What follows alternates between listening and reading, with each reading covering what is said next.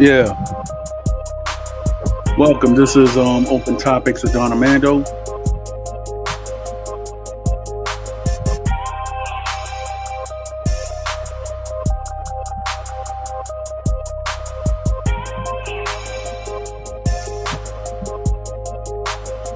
Yeah, this is Open Topics with Armando, and tonight we're just having an open topic. We could talk about anything and everything. So it looks like that current events is that this guy Adam 22 or whatever the heck his name is, he's getting himself into more trouble and everything. I mean, one thing I got to say is that Adam, the Adam 22, that his platform is just breeding nothing but negativity. I mean, shoot, you had four extra trying to fight 607 Unk, and then after a while he lost his hands to a firecracker accident. Then you know, like I think last week, this guy was talking about King Pill's meat and all this other stuff. I mean, like, let's be real, Adam. I mean, you talking about all this other guy, all this other guys stuff and everything like that. I'm like, just like, come on, you're not really a man. You went up and you actually you set up your wife with another dude, and then set up another your wife with another dude. I'm like, come on, bro. Then on top of it, your platform is just running all these other shenanigans and everything like that, which is actually uncalled for. So my thing is that if you're gonna go and put your platform in the low standing, we don't have to go around and mess with you. I'd rather listen to Spider Loke or Can Capone, to be honest. I mean, let's keep it real, right? When you talk to when you actually talk about podcasting and everything like that, yeah, I could give Adam 22 his props, right? But when you actually try to bring negativity, and then I was just listening on Spider Loke today. This guy Adam 22 went up and called the cops on King Pill because I guess they had some type of altercation or something. So if you're gonna go around and bring a whole bunch of gang members or street organization members to your panel, and then on top of it, when stuff gets wicked or you don't know the hood beefs or anything like that, you egg it on, you egg it on, you egg it on, street beefs that been going on for like maybe 50 years, 40 or 50 years, and then you bring it to your platform or whatever. Don't be mad when you're gonna go and mess with people's and call them out their names, and then you have the boys in blue on speed dial.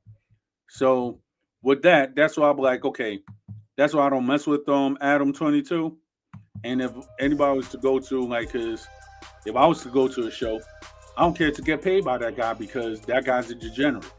He's actually he'll actually try to do something just so he can make more money off you. And what he will pay his employees, he only pays his employee, from what I heard, only a month.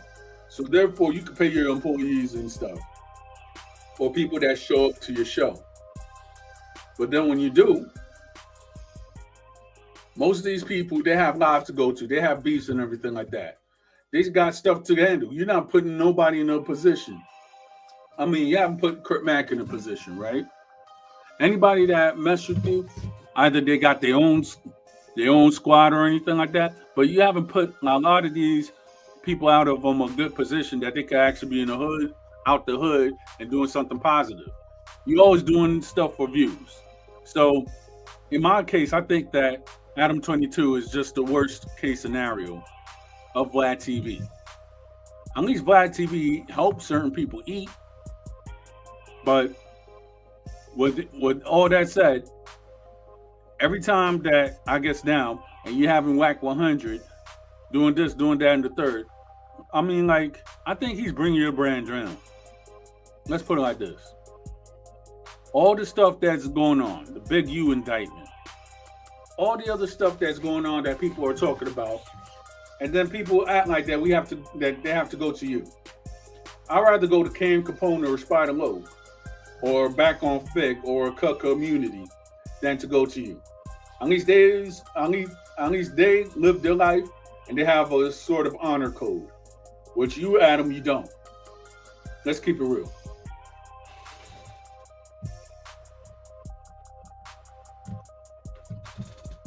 All right, so I see that Scully Ton's right here. All right.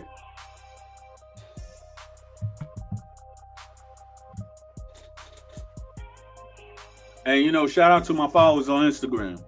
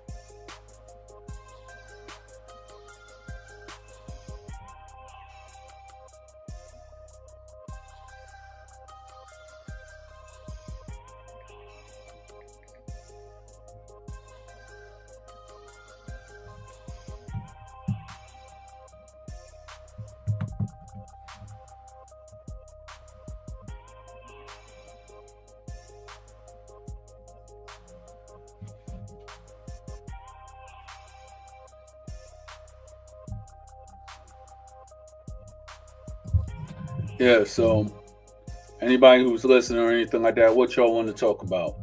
Like what's going on in Trinidad Scully Town? What's going down with the MGTOWs? Shout out to all the MGTOWs, by the way.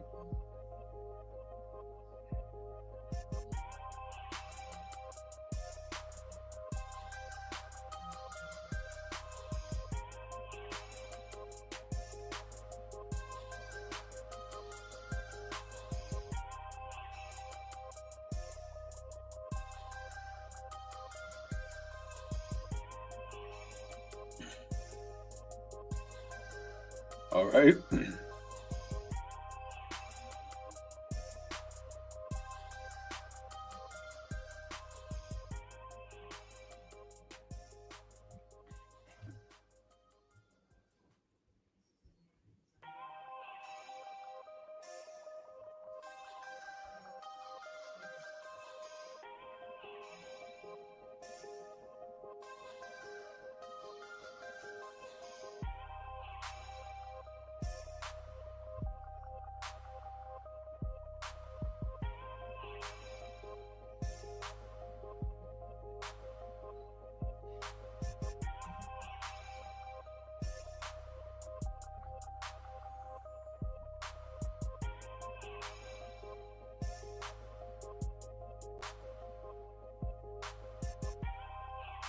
Yeah.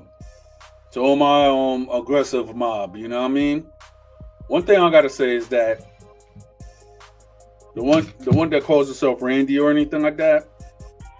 I mean, there's certain times that that we don't feel like cleaning or anything like that, but yeah, you're gonna go put your stuff that you don't clean to the public. I'm like, come on. It's to the point that you're airing out all your dirty laundry and then you're airing it out to people that don't really care about you. Hey, Ann, how you doing? How's everything in the Philippines? Is it morning over there?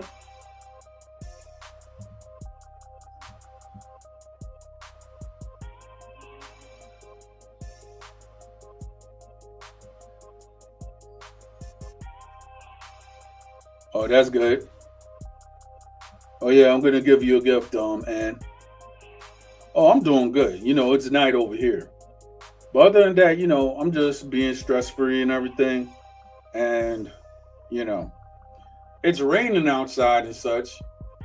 Even though the rain could be good, but then I just don't like the humidity that comes after it. Yeah,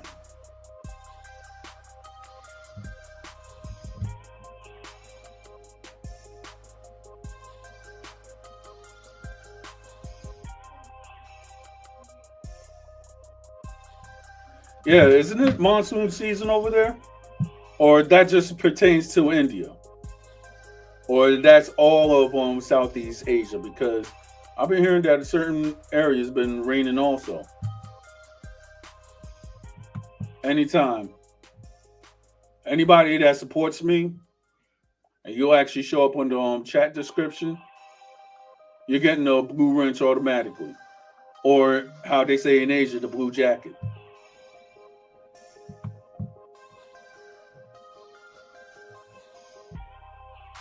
Got you. I mean, I got some of my friends in Asia. I actually be looking at pictures and such, and I'm like, by God's speed life, I might visit Asia next year. You know what I'm saying? Because Asia seems like it's a nice place. Nice and healthy food, nice people, and everything like that. And I've been wanting to go to the Philippines for a while now. You know what I'm saying? Like in 2007, 2008, I went up and I ate some pandesal.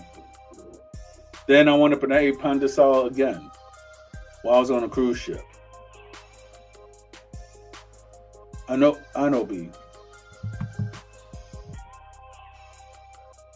Oh yeah, Anna B. Yeah, I know her. I mean, I don't know her, but I've watched some of her segments. So yeah.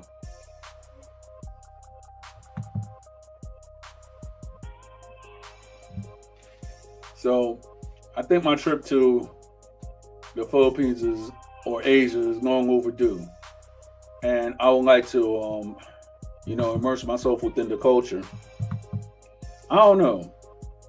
Certain people could say that they could spend a month or 2 months. I'm trying to see like how it's gonna look because if everything goes good the way that I plan it, oh yeah, I would love to go to the Philippines. I mean, Manila, Cebu, but there's one place that I would love to visit. Zamboanga City. I heard there's a lot of history out there.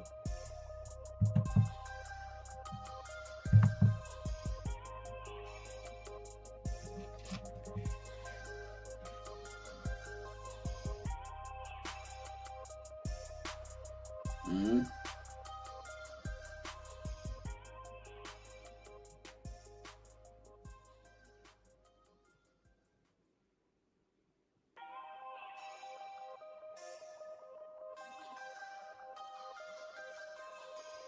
Yeah. So, all right, I'm just asking.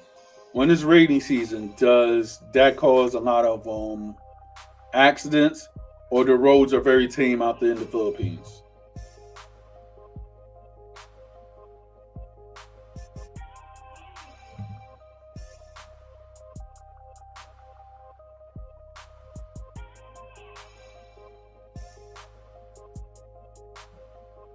All right.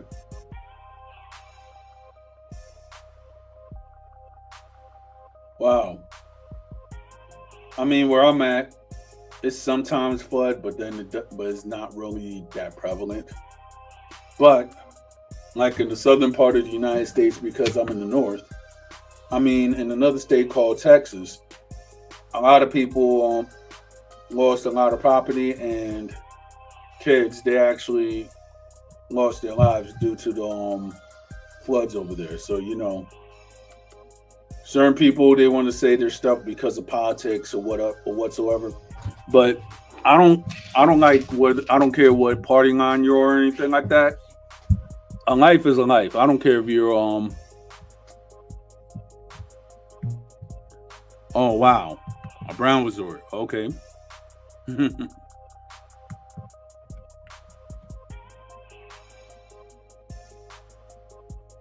Wow.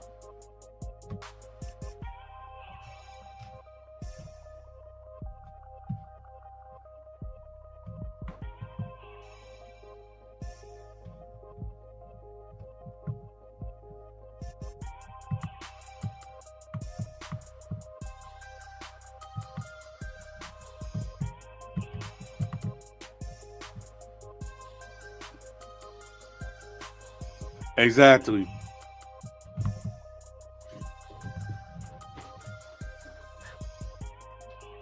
All right. So I know here in the United States, there's like sandbags, cement, or whatsoever. So when it floods in the Philippines, what precautions do y'all have, like for less flooding or anything like that, when it's the rainy season? That's what I want to know.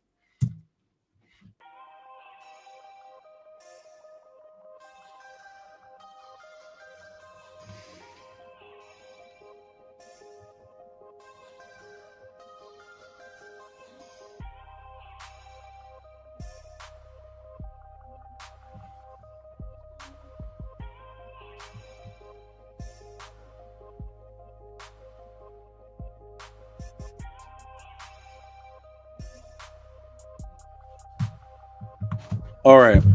I was saying that since there's a flood, right, or floods in the Philippines, what are the precautions do Filipinos take as to prevent flooding or to prevent damages at homes when it's flooding? Because I know certain um I know certain like buildings and stuff they could withstand the floods or something like that, but I know certain homes they don't. So, what precautions do Filipinos take when it's flooding or excessive rain? That's all I'm asking because I'm just curious.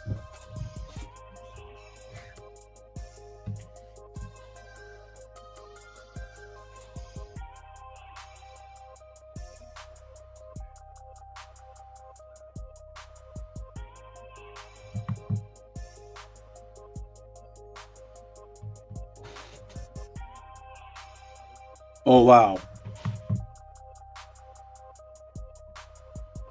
I mean, yeah, I've heard a lot about that. Not only the Philippines, but I heard other nations too. They don't have a good budget. They only spend it on themselves.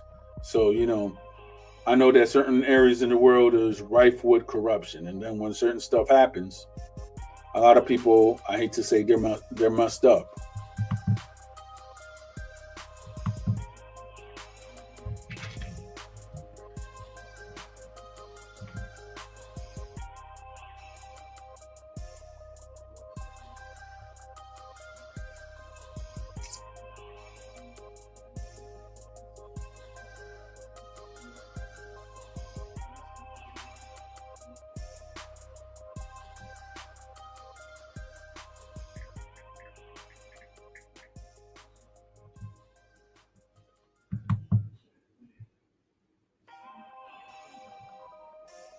Oh, okay.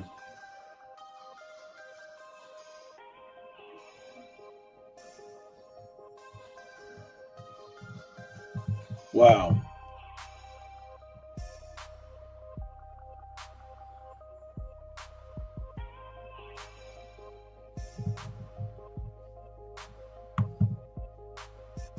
Yeah, and greedy affect honest people.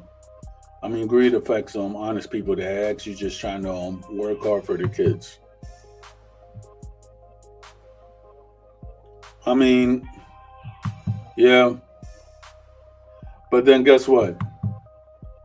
Hey, Don Jose, how you doing?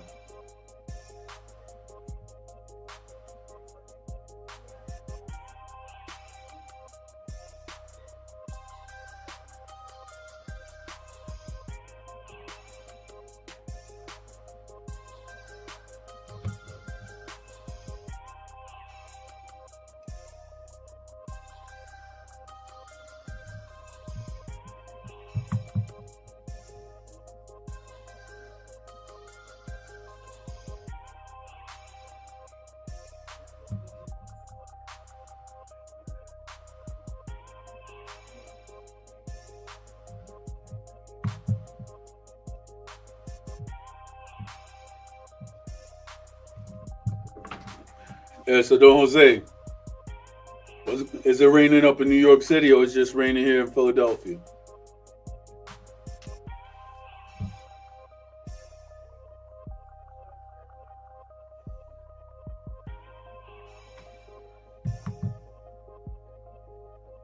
All right.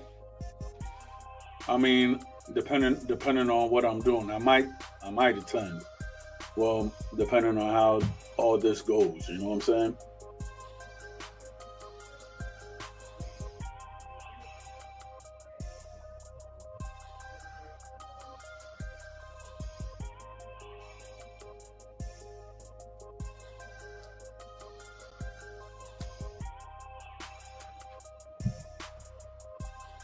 All right, yeah, it's raining out here too.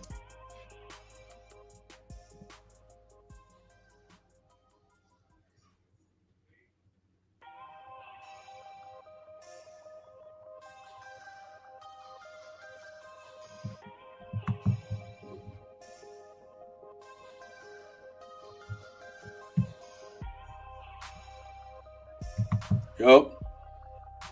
So for anybody that's that's watching, please subscribe to my friend Uncommon Sense with Don Jose Negron. He actually has a good show. He actually talks about how to deal with a lot of life's problems reasonably and with sense, because there's a lot of people that don't have common sense anymore.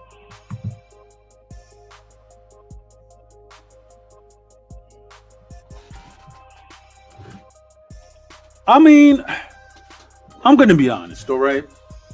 People complaining about Carnival Cruise. Okay, now when I went up and I took Royal Caribbean, right, with my wife. So when I actually took that cruise, right, it was the best service ever, right? I mean, there was a bunch of older people. They were more respectful and everything like that. But it was like shows and everything. I know there was a party, but then I was looking at at a aquatic show with me and my wife, and I could say that it was the best food, all types of cuisines, Indian, Spanish, American, and they had top notch breakfast. Now, from what I've heard, and this is what I'm saying about Caribbean cruise. Caribbean cruise have come under a lot of scrutiny. I mean, this is 2022 when I heard about this. I heard that Carnival Cruise was the worst. I've heard that Carnival Cruise was so bad that it had like roving teenagers, spring break whenever they took that cruise. There was always fights in that cruise. There was a child that got SA'd on Carnival Cruise. So they actually caught a predator, a child predator, on Carnival Cruise. So I don't know about the scandals about Royal Caribbean because I haven't heard none. I mean, it was shock to me when I was watching this that they were saying that there was like one Royal Caribbean cruise that they say that the CDC was saying that it was bad as far as cleanliness and everything. But most of the stuff on that list was Carnival. So if Carnival is getting a bad rap all these years and everything like that, and the CDC is saying not to go on those cruises, certain people could say, "Oh, they're having bad stuff and everything like that." But if it's people and y'all causing a muck, and you're disrespecting staff and everything like that, it's not so much about, it might be racial, it might not be racial, but if you're a young person and you actually come into a cruise just to have a fun time and disrespect people, of course people are just gonna go around and have these stuff. You know what I'm saying? These regulations and such. So therefore, if you don't like what Carnival Cruise is saying, just try another joint. You have Royal Caribbean, MSC, um, other European cruise lines, German cruise lines. So there's a lot of cruise lines. I even heard that they got cruise lines going to Asia. So I might try that one day. And then on top of it, in Royal Caribbean, if a person is rich, they actually live on the boat for a year. When I actually saw that, I was like, dang, they actually go to ports a year. So that means that they go all over the year boat and everything like that. That's how you know you're rich. You could take care of your finances. You could actually live a year on a boat, have everything catered to you and such. I mean, that's the life right there. You're living on a boat. I mean, you don't have to see anybody. You're rich. You're chilling.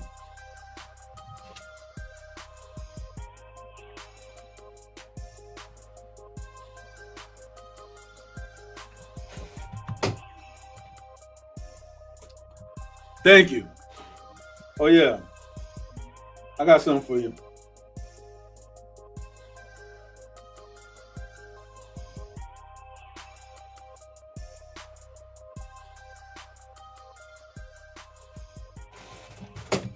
Thank you. But this is one thing I'm saying. I'm like, yo, since people want to talk about cruises, I think I need another one because shoot, the stuff that's going on in the USA, it makes you want to take some vacation.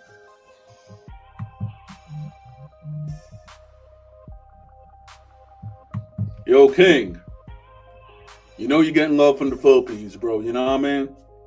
I'm like, shoot.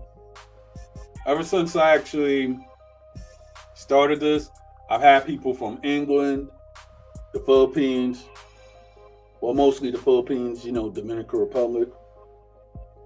And I actually had one lady from Australia. Well, I know that she's suffering from her disease and everything like that, but I hope that everything turns out good because in the first days and everything like that, when I was actually starting this, I could actually say like, yo, she actually helped out a lot. So and showed love also. So I hope that she's doing good.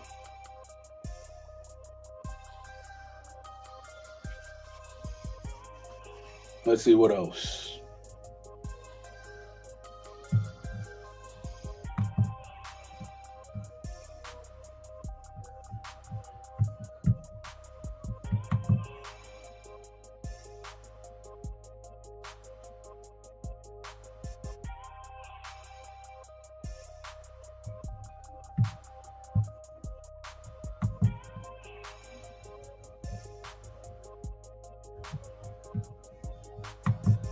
All right.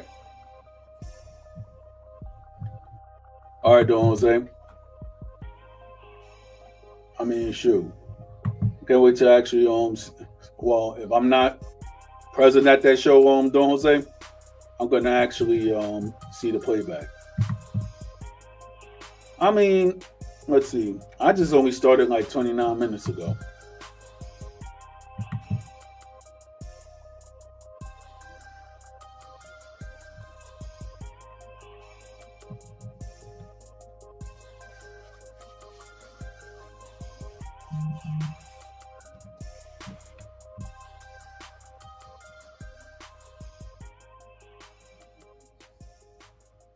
Oh yeah, of course. Thanks for the love, Ann and King.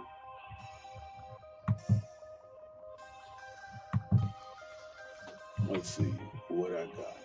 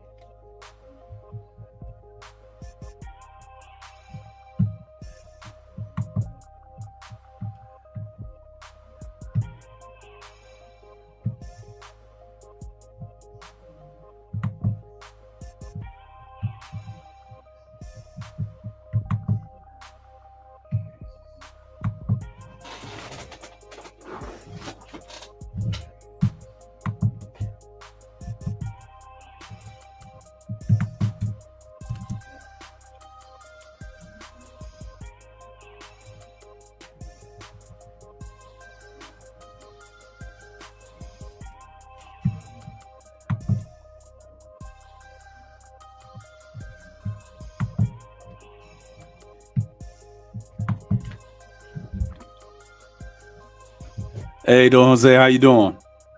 Fine, thank you. Good evening, Don Armando. Thank you for allowing me on your platform. Can you hear me? Oh yeah, of course. Yeah. So basically, what this is open discussion tonight? Yeah. Okay. No, it's that there's been a lot of chatter, especially on TikTok, regarding certain people upset about the new rules that's on Carnival Cruise, and they're claiming um, that Carnival Cruise is being racist against black people. All right.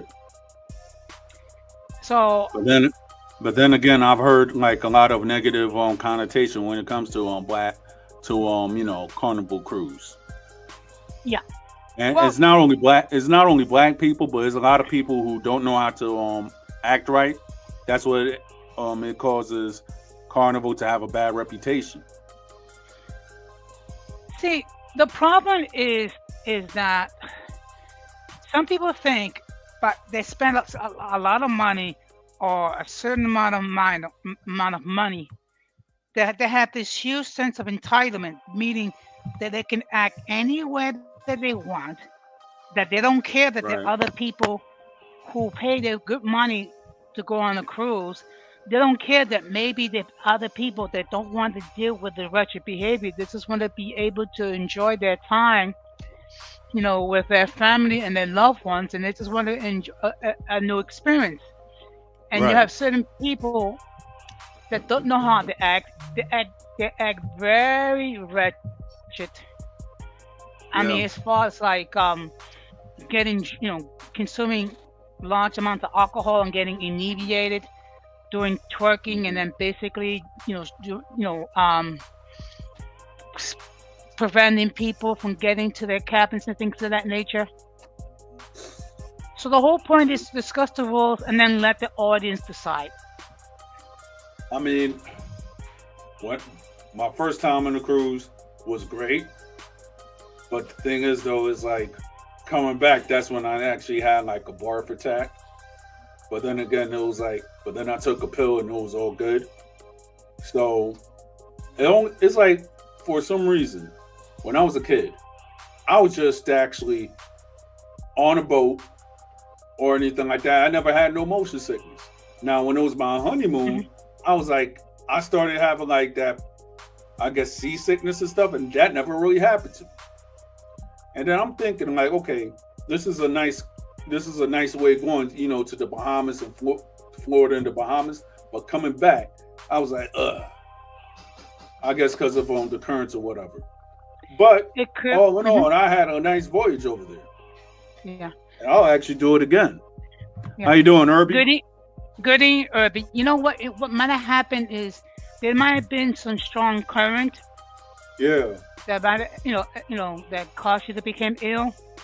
Um, Mhm. actually, there are whole videos on YouTube that tell you how to prepare for a cruise, so you don't get seasick.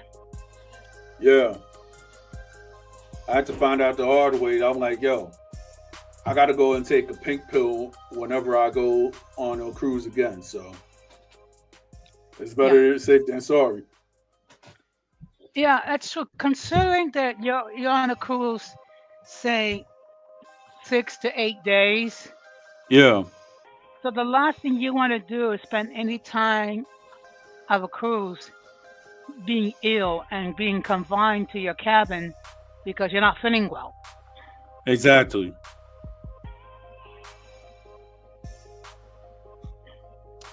So,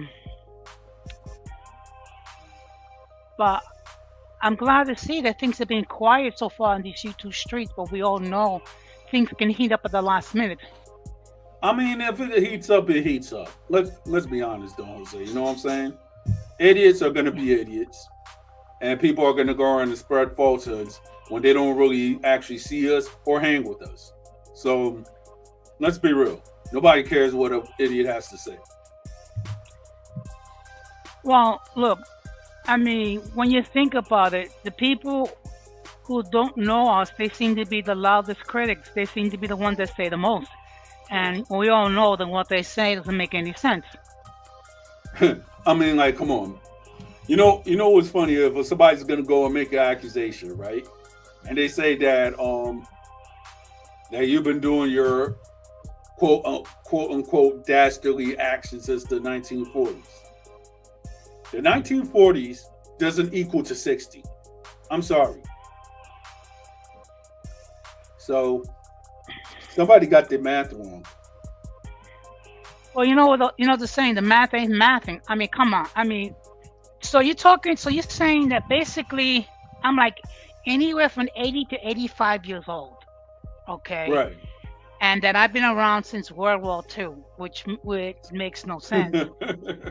it If I'm it in my doesn't. 'Cause- 80s, if I'm in my mhm. 80s, why am I still working? Think about, Exactly. That's one. or And number two, right? or they'll say like yeah, or they'll say like I'm disappointing to my dead mom. Gee, I didn't know you actually knew my mother. I mean, me personally, it's funny on how certain people they're mad because certain people are in came from stable homes. So when you actually see certain people who come from stable homes and they're happy, they got people that support them. They'll actually go around tell lies, try to make people think less of you and everything. But yet the people that you're actually trying to make less of me or joke about me or anything like that, I mean, let's be honest. I don't care for them, and they don't care for me. They don't pay my bills, and neither do that, and neither they don't pay your bills. No, But yet they want to say all this other stuff, and they're like, "Oh, I'm going to get you on this social media platform." Okay, but guess what? Y'all have no influence, so we're going to keep doing what we're doing. They could make all the critiques and stuff. Who cares? no. We got family that support us anyway, so therefore, who the heck is a hater? Look, when everything is said and done, basically we're all part of the same. We're all part of the same group. We have the same. The same. We have the same supporters and things of that nature. Okay, and believe it or not, I actually have some people who watch me from Europe. Some people that watch me as far away as India and Asia is concerned. And Yeah. a large part of my audience is in their 20s and 30s. Yup. Not Because they bad for see. one. I mean, not bad Yeah. for a senile old man. Mm-mm. And it's funny when people actually say certain stuff. Oh, you're senile or whatever. I'm like, where? I mean, me personally, it's like the stupidest stuff that I've heard on you on the YouTube streets is that when that Joker was saying that he was going to try to get you deported. You Yeah, know what? I mean, that was funny. whenever, I mean, yeah, you know what? That was hilarious. That was hilarious. But you know what? But look, we all know that we're gonna have haters. People are gonna hate because either they're gonna hate because of our content, or they're gonna Right. hate because of the people that we choose to associate with. Yep. Okay, and it's just part of being a content creator. And the fact of the matter is, if you are seriously thinking about any creating any content, regardless of the platform that you're going to think that you're going to use, um, you're going to have haters, and you're going to have thick skin. If you do not have thick skin, then you should not be on this platform. Yeah, but did you hear? But did you hear what's going to happen for I guess faceless creators now? No, what's going to happen to them? All right, you know that people that had voiceovers that they had like their own YouTube page and everything like that, right? Yeah. So starting July 15th, people who are faceless YouTube creators, they're not going to get any money because of it if they use an AI voice or something like that. So now they'll have to use their real voice to actually make content in order for them to actually get monetized or see the earnings from their videos. I'm like that. Interesting. I'm like that sucks. I was actually thinking about making a faceless page.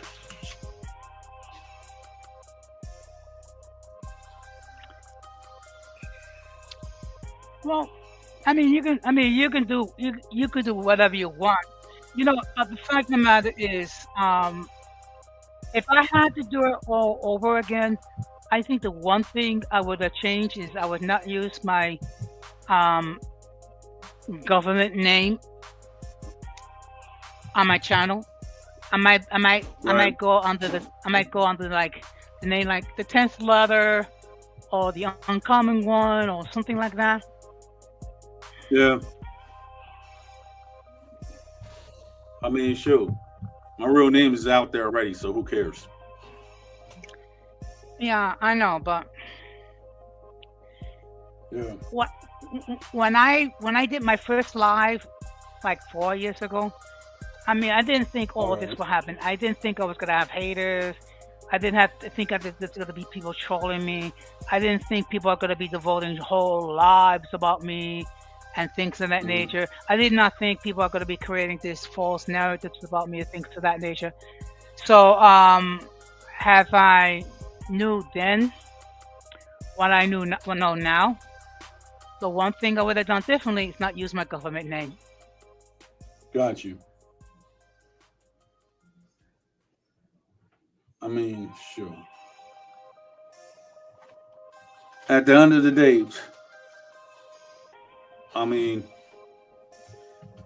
there's billions of people on Earth, right? So Hmm. why cater to one community?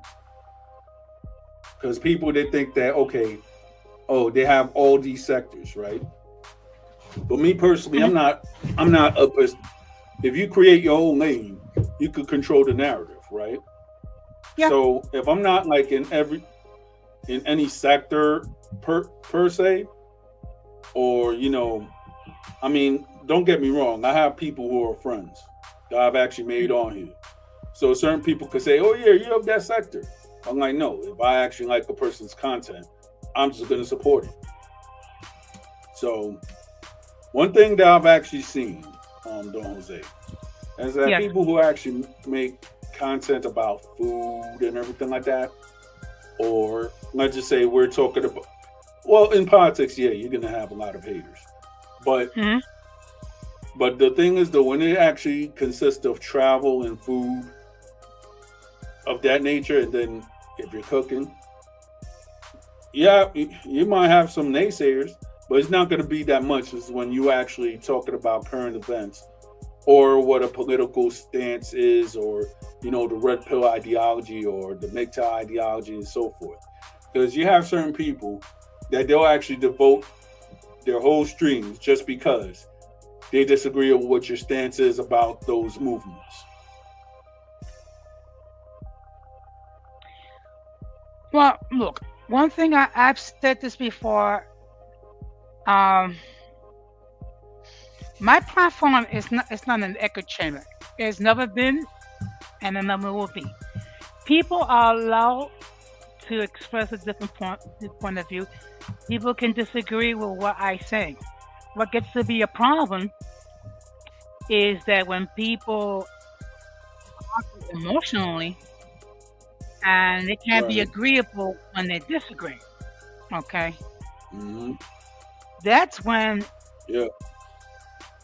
it be, that's when it becomes an issue. Yeah. You know, and unfortunately, um, you have a lot of immature people here on this platform. Okay, there are Mm-hmm. people who cannot argue without getting emotional. There are people who cannot argue without all the name calling and what have you. And then and there's been several examples of this.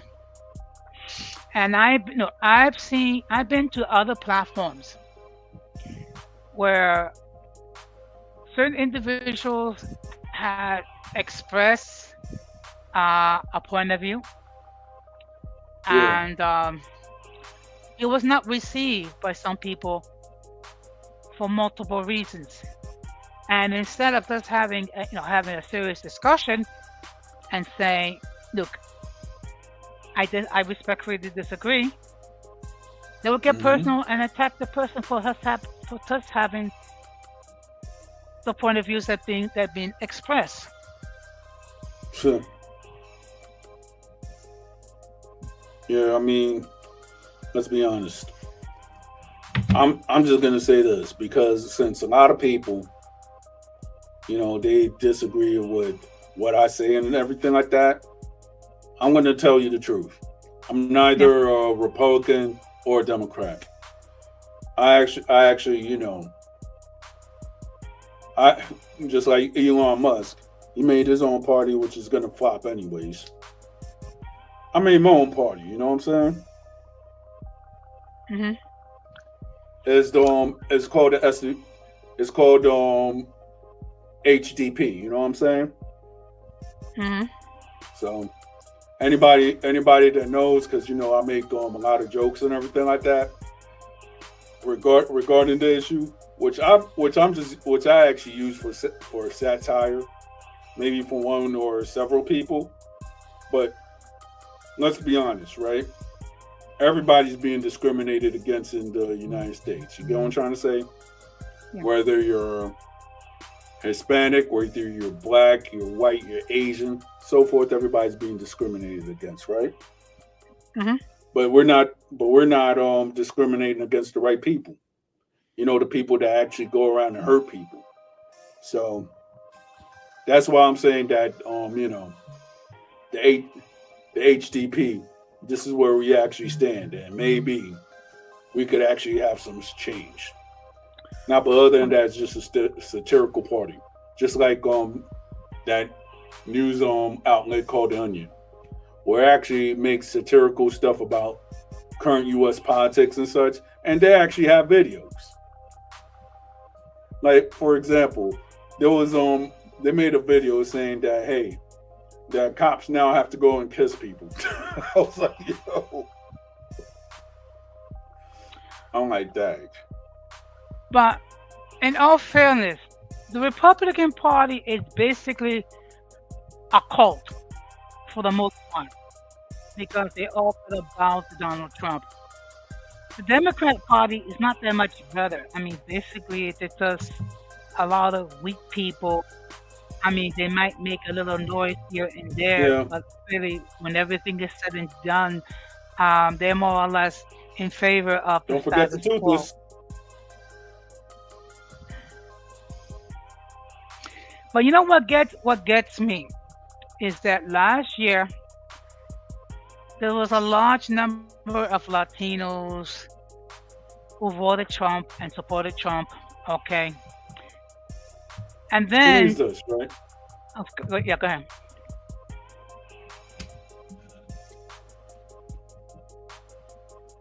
And then after that, they got deported. And what? No, I'm Okay, just and joking. it's like these people, um, they had suffered from amnesia. You don't remember how things were with the first Trump term, particularly under COVID, and this um, Yeah, this anti yeah, immigrant tirade, things of that nature. I got news for you. Most of the people in this country came from somewhere else. Okay, I mean, even the so-called yeah. indigenous people say that they originally came from Asia. So there's really no such thing as a Native American. The closest thing to the Native American are the indigenous people. And look what we did. Yep, We stole their land. We infected them. They killed them. We violated treaty after treaty after treaty. And then yep, when they get upset and decided to defend their lands, and then what we do, we slaughter them. Okay. yep. And what people don't understand that there's a lot of dark moments in American history. Okay. And in our Constitution, a black person was considered three-fifths of a human being. That we had slavery for about 250 years, and then after that we Yeah, had segregation and things of that nature. And so this country has some very dark moments in its history. yeah. I mean, shoot. I mean, if you actually look at it, certain people, you have they're debating which slavery was worse, right? Was it the transatlantic slavery, or how should I say, the Arab slave trade? So people debate about that, like which slavery was worse. I mean, I've heard stuff when it's actually okay. When I guess when people who were Islamic rulers started conquering lands and such, and then all the way to the Ottoman Empire, I've heard a lot of tales. So so to me, it's like I do not know that much about the subject, but then when I Mhm. actually read up on it, I think I'll actually be well versed to actually make a professional opinion on which slavery was worse. And then on TikTok, you have certain people who they're saying that, all right, that they're the Native Americans or so forth. And for some reason, with ideological differences between certain ideologies within the United States, I can't really, you cannot really go and differentiate that much because sometimes people will have these, who hold on to these beliefs and everything like that. They Mhm. might be historically correct and they might be historically incorrect at the same time. Yeah. For example, you have certain people that they actually base their how should I say, their professional opinion, that they said that a mad scientist by the name of Yakub went up and created a certain race of people. I mean, with all the geological facts and stories from the history from the Bible and everything, yeah, there might have been a person named Jakub, but or Yaakov in Hebrew, but it doesn't say anything about him being a mad scientist. So since since this belief has only been created in the United States, and you don't hear Europeans saying that, and you don't even hear Africans saying this. So therefore, they went up and they concocted a whole story without actually being in the lands. And then you have certain people that still believe this. Yeah. Well, I don't, because there's no proof.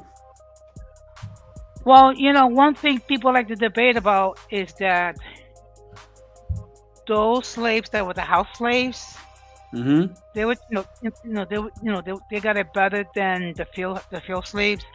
Slavery is slavery. I mean, just because you was a slave in the master's main house doesn't make it any better. I mean, in some cases, it just Right. makes it worse. Yeah. I mean, at least when you are a field slave, I mean, um, you know, you were able to go back to whatever an excuse of a cabin, what have you. At the end of the day, Mm-hmm.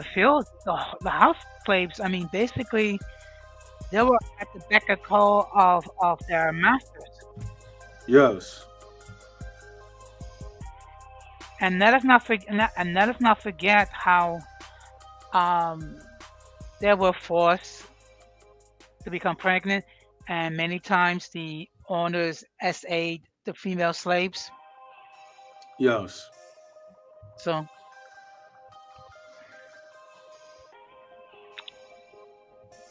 I mean, people will debate over stuff that's not really worth debating about. Mm-hmm. I mean, and they compare the slavery which occur Mm-hmm. here in the United States Yeah. compared to the slavery in Latin America. It's a totally different animal altogether. I mean, from one day, me and the guy, we was actually on in Starbucks, the old Starbucks in Parkchester, and we were talking Yeah, about this, right? Like, yeah, if you really look at it, right, what American people want to actually dictate is like, oh, everybody was slaves and everything like that, but yet they lack the history of the Caribbean and South America, right? So when they actually meet a person, that comes from Brazil and everything like that, you might read about it, but unless you actually go to the land and experience the culture and stuff, you cannot go around and tell a person, oh, you're not supposedly black enough or whatsoever. When the fact is, you don't know where they come from, you don't know how their education is, and then on top of it, they might be educated than you, and they could actually teach you something. yeah. I mean, people would just argue Hmm. out of ignorance, and then the people who trying to claim that slavery never existed. Well, excuse me. Then if you, in Hong Kong, a black person was considered three-fifths of a human being. Okay, Right. what about the fact for 250 years people were deprived of their freedom? People were separated from their identity. People were separated from the culture that they knew. Okay, Exactly. as a result, they had to create a totally brand new culture. Okay, Hmm. just to survive. Yes. Okay,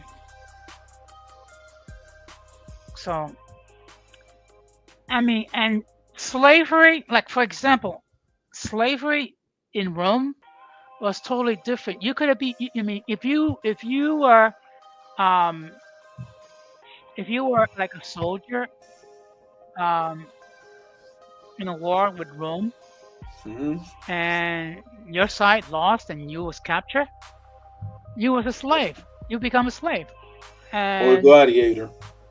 or gladiator. Gladiators had a very rough life because basically it's either kill or be killed. Yes. Okay,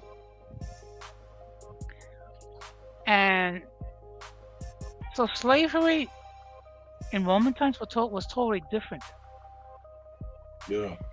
And even in Europe, slavery was dying out slowly. Yeah. It only happened when it came to the United States and in Latin America, when in order to have cheap labor, so they can build the buildings and Hmm. infrastructure and things of that nature. Right. And then when slavery was phased out, you had indentured servitude, which I guess when you actually talk about the British lands and such, that's why you had like a high influx of Asian immigrants who are from China and what is now considered India and Pakistan that Hmm. actually settled within the West Indian Islands, Yeah. mostly Jamaica, Trinidad, and the South American nation of Guyana. Hmm. So certain people, they just don't get it. And they'll never get it. Mm-mm. They'll never get it. Well, fair use, fair use. I'm about to show something that they actually make fun of JD Vance. Okay. I guess they're actually parodying him as a hillbilly or something like that. Hmm.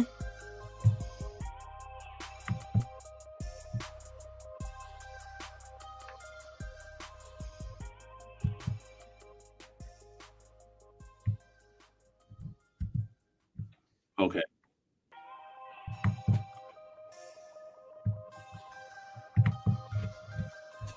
Yeah, fair use, fair use, fair use.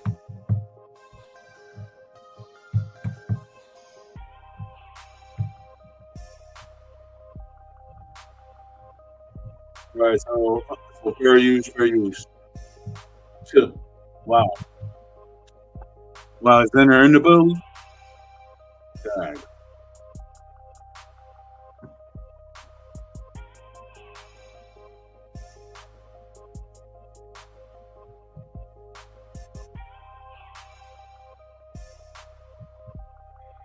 Okay. It's not going. Okay, let's see.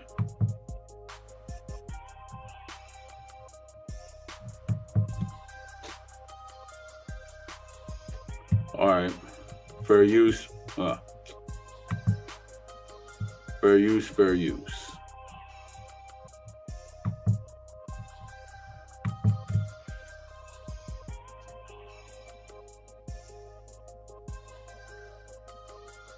Y'all got some damn fine hootin' jugs. Wow. Should we call a doctor? I'm gonna catch me a That's squirrel. funny. Really?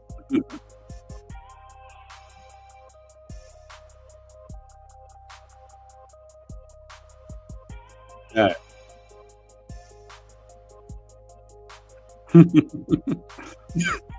This is funny. Hmm. Yeah, that's funny.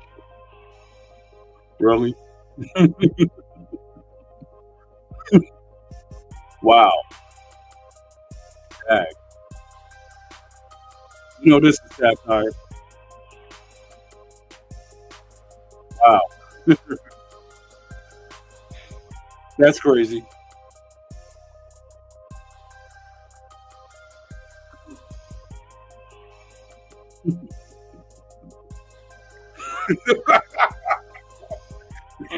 Yo, this is funny. Right. Onions.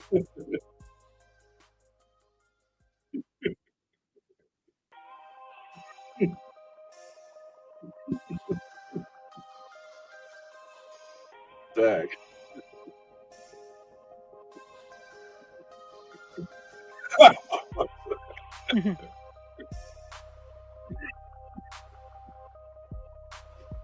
Wow, that was funny.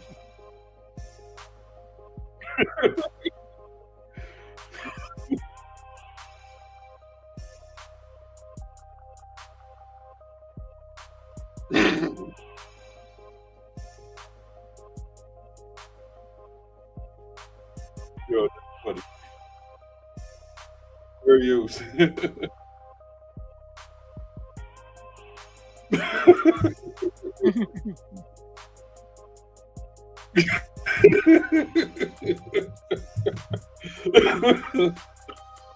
Dang, that's funny. That is funny.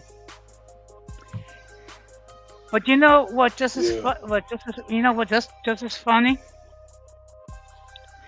Hmm. Some of these self-entitled women getting on TikTok complaining about they took away their food stamps, they took away their public assistance, they took away their Medicaid, they took away their Section 8, and that it's the taxpayers' responsibility to take care of them and their kids. You know what? This one thing I'm gonna say. Hmm. You use the right verbiage, Don Jose. Hmm. Self entitled. Yeah. You know, I'm gonna be honest. I've heard people that that they're in a funk in life or whatsoever, but to get out of it. You know what I'm saying? Yeah. And you got certain people that are just content to stay there. So think about it. And this is from what I've seen and everything. You might see certain people that that they struggle and whatsoever, right? But Yeah. then they either open up their own business or they actually try to try their best so their children could actually do better. Like for example, most of my family, right? Hmm. They came to this country, they went to school, they had jobs and everything. Hmm. Some of them they actually still have jobs. They raise their children to be productive citizens. And guess what? One What? thing you could actually say is that they didn't have handouts, and now my uncles, my cousins, and everything like that, they're actually homeowners. So if they're homeowners, right? And from what my knowledge is that they didn't go around and take no food stamps or anything like that. All they did was work hard. Why is it that an entitled woman is saying, "Oh yeah, the government has to do this and everything like that"? When the fact is, when you work and everything like that, you feel good. It's like an energy booster. You know what I'm trying to say? When you work and you have your own, the government can't take it away because guess what? You work for it. But certain people, they just don't understand those concepts, and then they wonder why that okay that they have this complex. You know what I'm trying to say? Yeah. But you know what it is? The problem is when you have never worked a day in your life and you're Right. physically able to work and you have like a whole bunch of kids uh, with because you didn't properly vet the dude that got you pregnant. Okay. Right. Well, if you're being supported by the government, you don't have to deal with the consequences of your actions. Okay? Because hey, Exactly. I can get cash assistance. Hey, I can get food stamps. I can get Medicaid. I can get Section A, and I don't have to I don't have to work because there'll be people. I can milk the system. Okay, Yeah, I remember. so I they remember. I remember it was yeah. like I guess when it was the early days of TikTok on how a woman was actually bragging on how she made $30,000 off of food stamps and everything like that, and she was actually gladly announcing it. I'm like, and this woman ain't got arrested yet.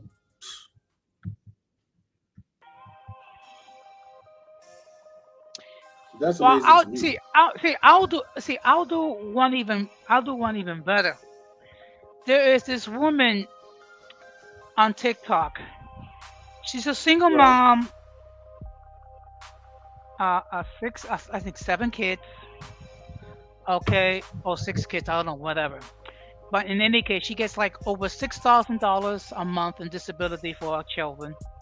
Right. Okay, she was getting, I think, what, $2,000, $3,000 a month in public assistance, similar amount on food stamps. She was getting Medicaid. She was getting Section 8. So now she's complaining because they took away her Section A, they took Mm. away her food stamps, they took away her public assistance, they took away her Medicaid, and now she's talking about now how am I going to feed my kids? It is the taxpayer responsibility to feed my kids. No one to told you to open your legs and allow whatever number of dudes, they hit it raw.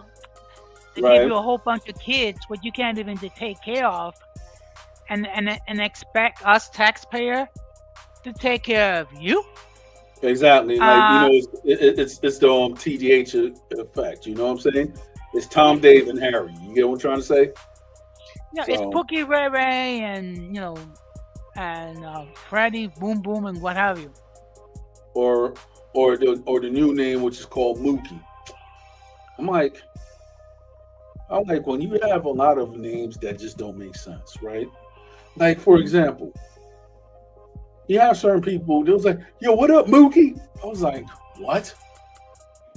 Now you never gonna call me that name, damn it! Like, what the heck? I look like a crackhead?" It was like, "Yo, Mookie this, Mookie that." I'm like, if you hear somebody and their name Mookie or some other weird name that you just mustered up, I'm like you for real, bro? Let people call you that? Like seriously? Yeah.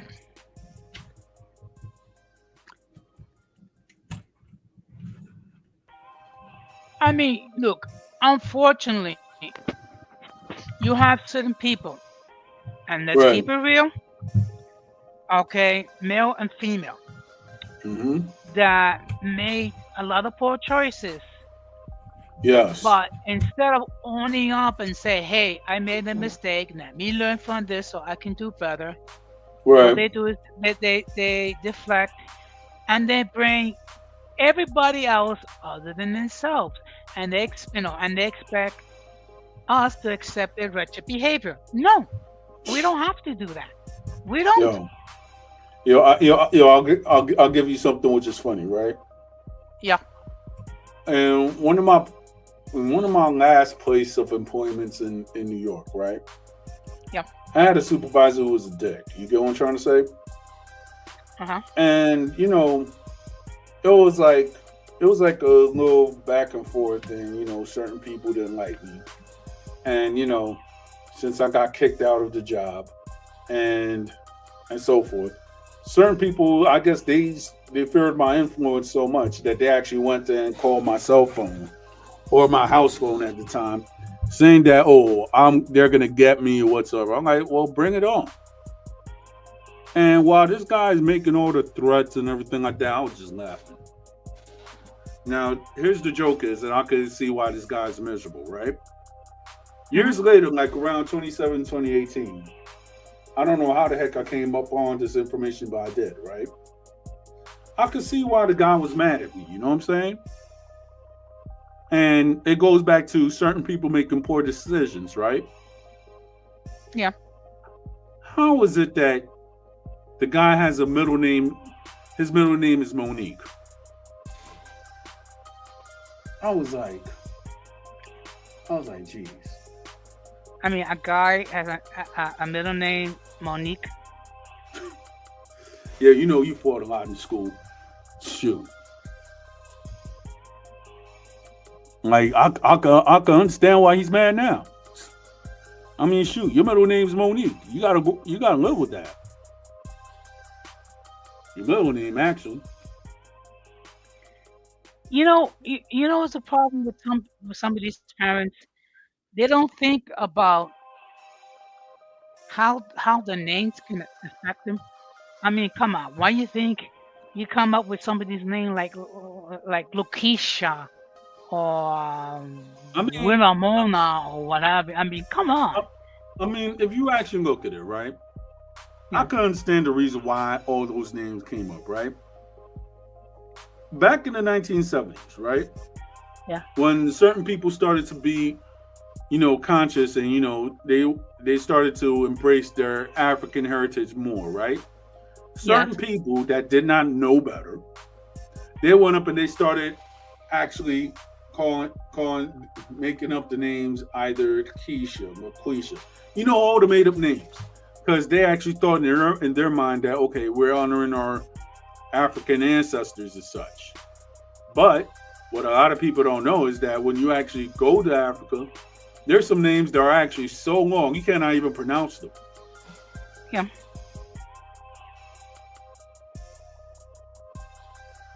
Yeah, that's true. Yeah. That is very true.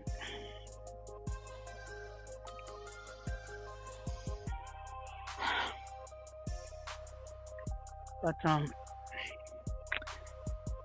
I mean, not everyone that came from two healthy parents.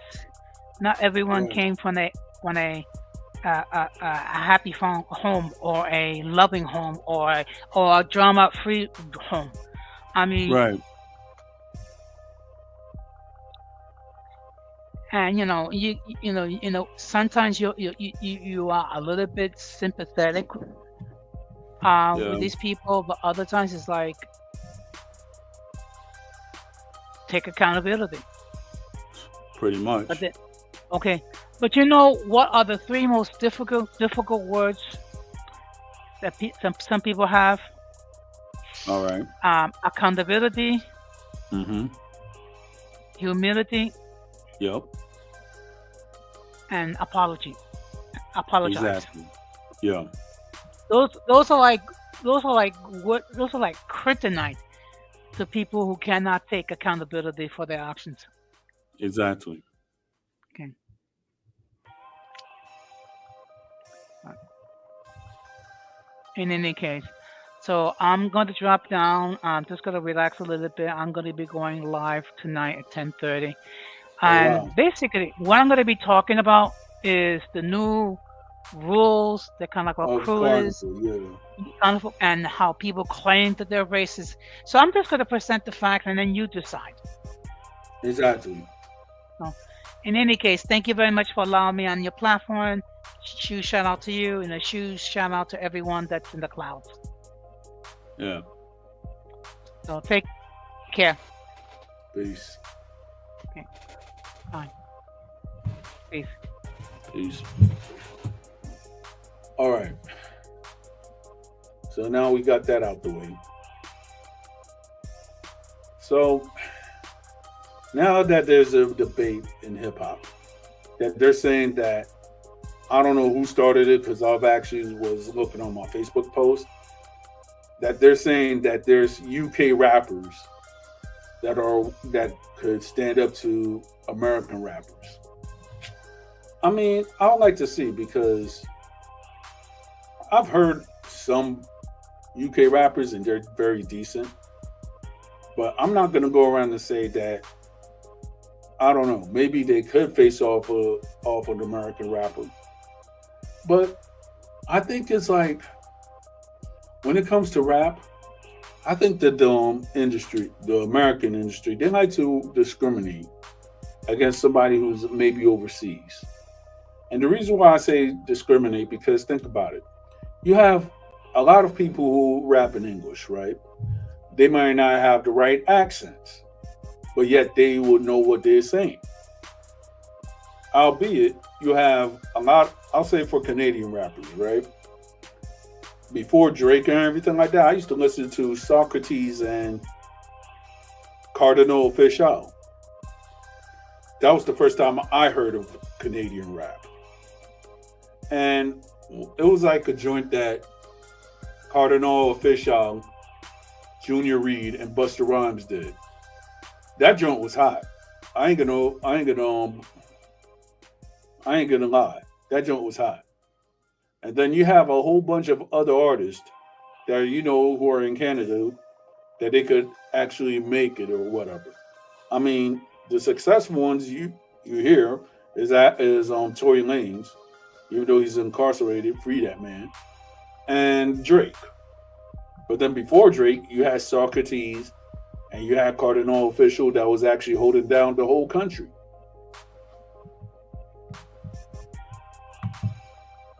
Exactly, and then it was like a deal that he did with Jay Prince. So Jay Prince is like his benefactor when it actually comes to beefs and whatever. Let's see what else. I haven't listened to the new clips yet, but a lot of people are actually giving mixed reviews, saying like, "Oh, it's the old, same old, same old." And then you have certain people that are actually saying that, okay, like they're actually talking about grown man stuff. So I'm like, okay, I think one of these days I'll have a listen to the new Clips album because I actually heard a freestyle. Well, I don't know if it was freestyle, but it was a joint that they actually performed. That Malice was talking about. That Malice and Pusha T were talking about the passing of their parents. I mean, that joint I could actually say has promise.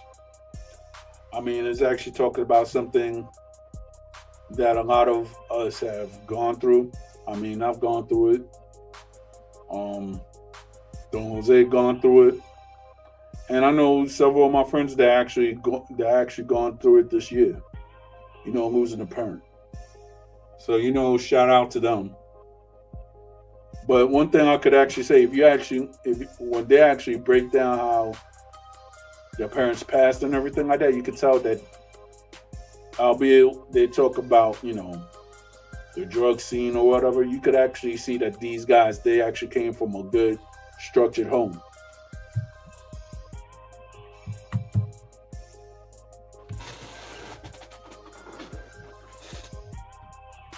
Mm, I'll have to go and listen to the album because what a lot of people don't understand is that let's be honest. Jim Jones is Jim Jones is practically the 48-year-old YN. Pusha T is 48 years old, but he could rap, but he could switch it up. I mean, certain people could say, "Oh yeah, he's talking about drugs," but 9 times out of 10, this guy actually went and he beat a lot of people in a lyrical battle. So technically, nobody wants it with Pusha T because he's actually battle tested, heard approved. Malice, on the other hand, certain people could try to criticize him why he's back with clips and everything like that. But me personally, he took a break because he was not feeling the music that he was pushing anymore, and he wanted to go down the godly route.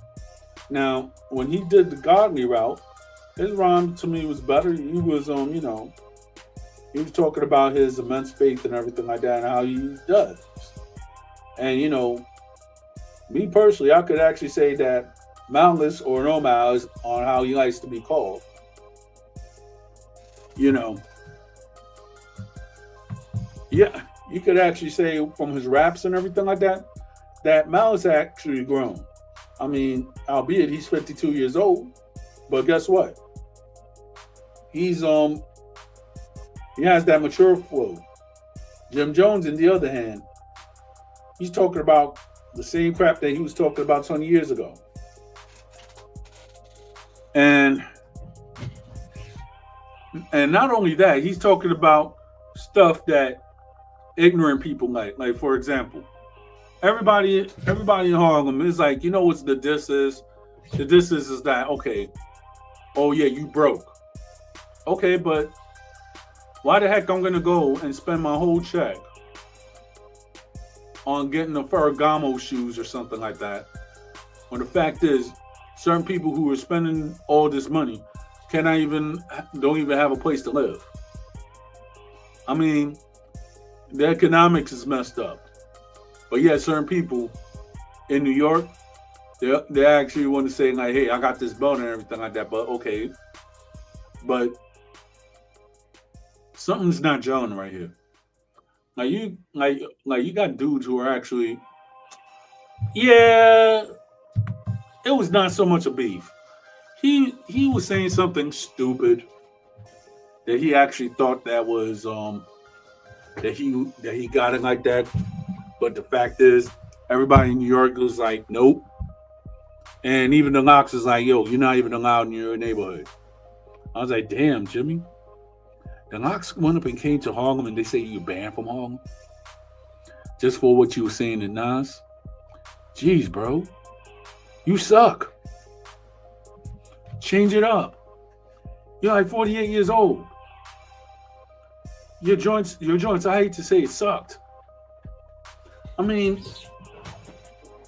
you might have thought that you had it, but your lyrics is not all that, bro.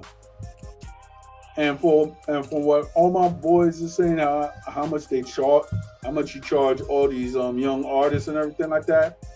I mean, he needs to develop new artists. I ain't gonna lie. Jim Jones, right? Most of the artists that he has or the people who was around him either went to jail because of some stupid stuff.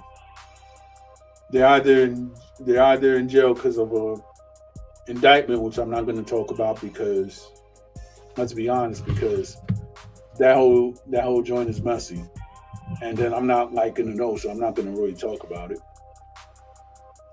So, just like Cameron said, you don't know what Jim Jones is doing, but a lot of the people who was around Jim Jones, like in his heyday, they're in jail.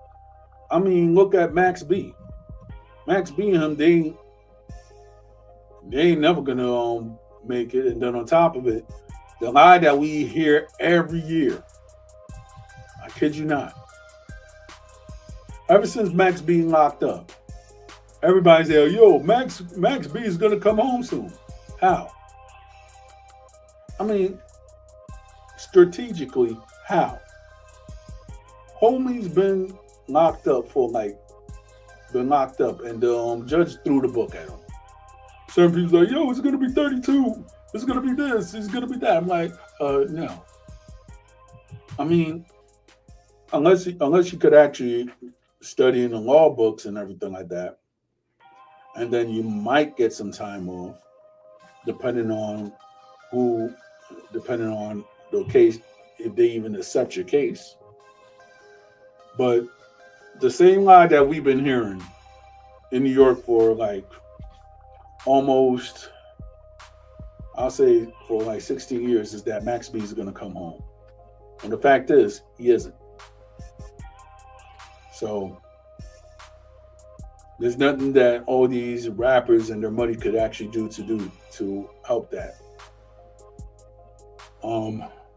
What else?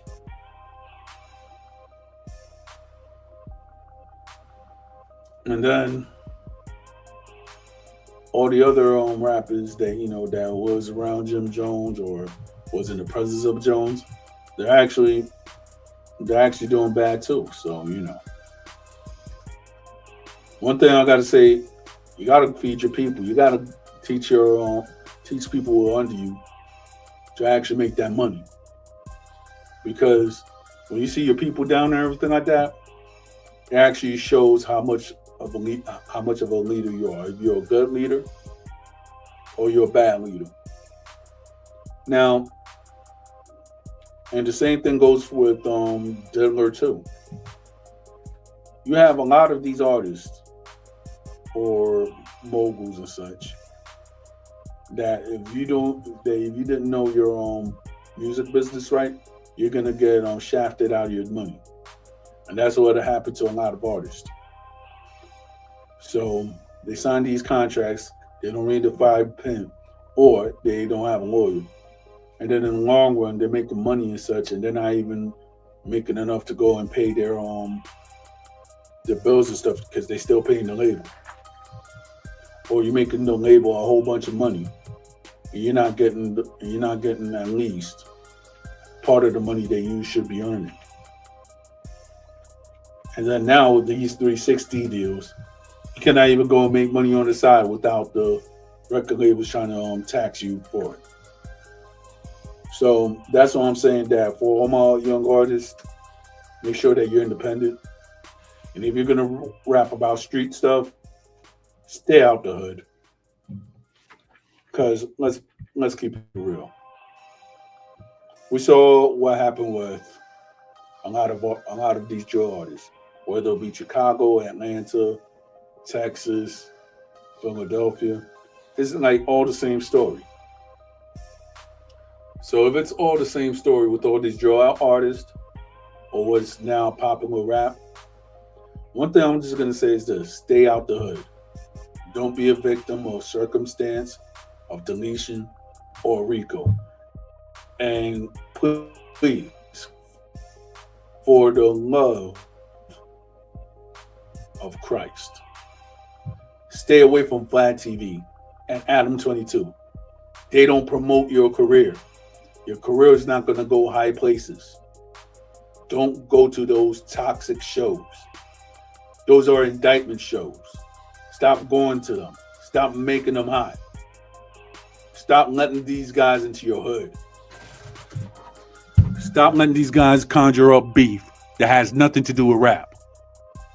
So that's what I was saying for all the young artists. Don't go to those shows. You rather go to Cam Capone, Spider Loke, Back Home Fed, or Cut Community. Any other show except those two. So, or in either way, start your own show. Because let's keep it real. None of these guys are spitting facts. And then on top of it, they're getting a lot of people. Those two main guys are getting people locked up. So I don't support that at all. Wait, I'll be back.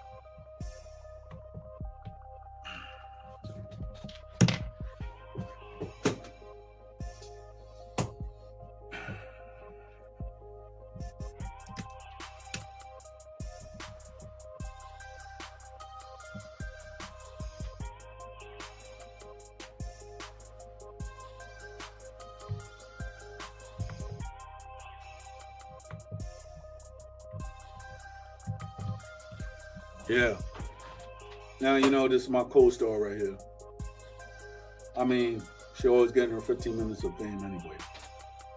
Say hi to the public. Okay. All right. All right.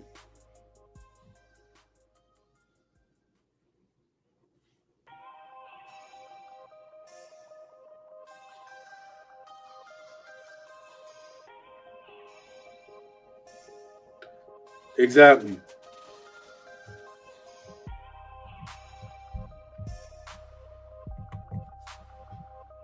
Yeah. I mean, I'm just gonna keep it real anyway, because let's be for real, right? Why is it that you have certain shows, Doggy Diamonds, all the other shows that that certain people they act a certain way, but then when you go to like Vlad or Adam 22, people want to act like they're so proper and everything like that. I'm like, no. I mean, if I'm gonna go promote my brand, I'd rather promote my brand with who the heck I'm gonna promote my brand with. I'm like, I heard that Fat Joe and Jadakiss got a new show. I ain't going to them. Not because I respect Jadakiss. I just don't respect Fat Joe. I got people who are in the know, they know why I say this. Joe Budden, I mean, like, yeah, but the thing is, though, I don't think he just has a podcast. So it's not really anything to promote. We got Cam Capone, Spider Lope, and hopefully I just, make up where I'm at, work on certain stuff. And then, yeah, I could actually say I might have a legitimate podcast. So I'm not going to go and say all of my business strategy or anything like that, but I'm working on something this year. So all I got to say is stay tuned. And hopefully I could actually try to be a better interviewer than those two parasites. And I'm just using the word parasites loosely because you have some parasites that they're skilled in getting people provoking people to do certain stuff. But then the stuff lately is not really about hip hop or anything like that. You're just putting street beefs, you're promoting them on a high level. And then you have all these nerds that know nothing about the hood commenting on what people should do and how people should crash out. I'm like, okay, so technically, if gangsters go around, they have a fist fight, they're crashing out. And then when people crash out, it's for their amusement, just like gladiators. You see where I'm going with this? If you're gonna go around and crash out, you saw what happened to Big U, right? You see what's going on with that rapper named King Pill. You see what this guy, for extra, sad to say, but you saw what was going to happen. And my thing is that some of these people, they're fighting cases. So it defeats the purpose to actually go on Adam 22. No pumper or whatever the heck you want to call it. To actually talk about stuff that you're actually going through in the hood. Well, you know that those boys is listening.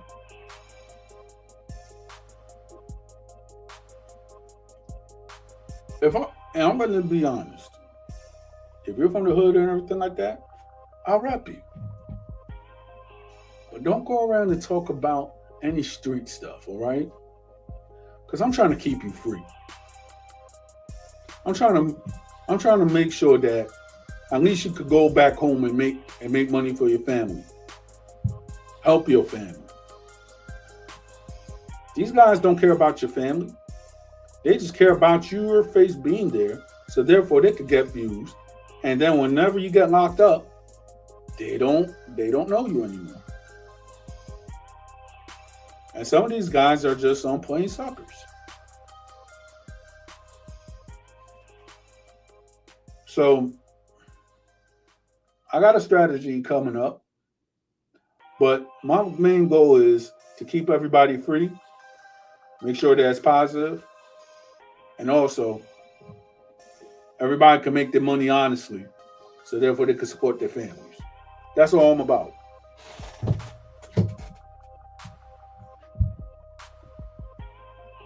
So the real is gonna come soon. Just wait.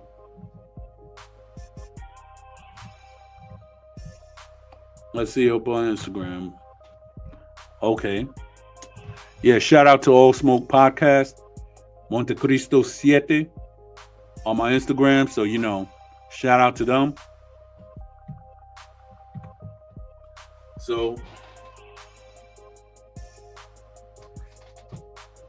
I see All Smoke, he's been doing his thing. Much love and respect to that dude. Much love and respect to my homie Mumore, El Peje, and anybody else that has a platform. So on Friday, I'm gonna actually come up with Historias Urbanas. I might have some guests. Let's see how it rolls. And I'll be back for a quick second.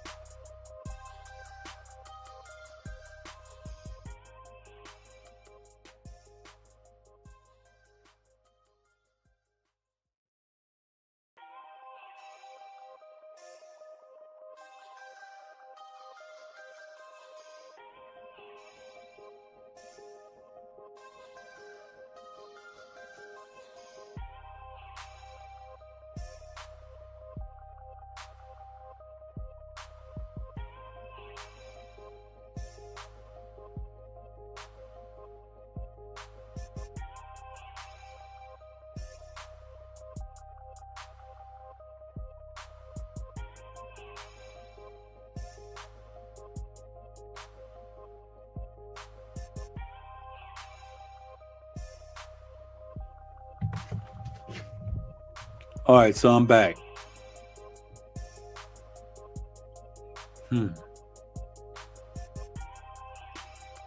Let's see.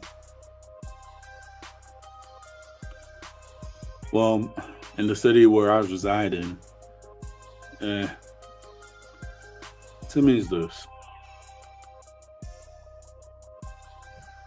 I mean, I'm glad I didn't vote for the local politicians and everything like that, because I'm not that really heavily invested in local politics, to tell you the truth. And let's be honest.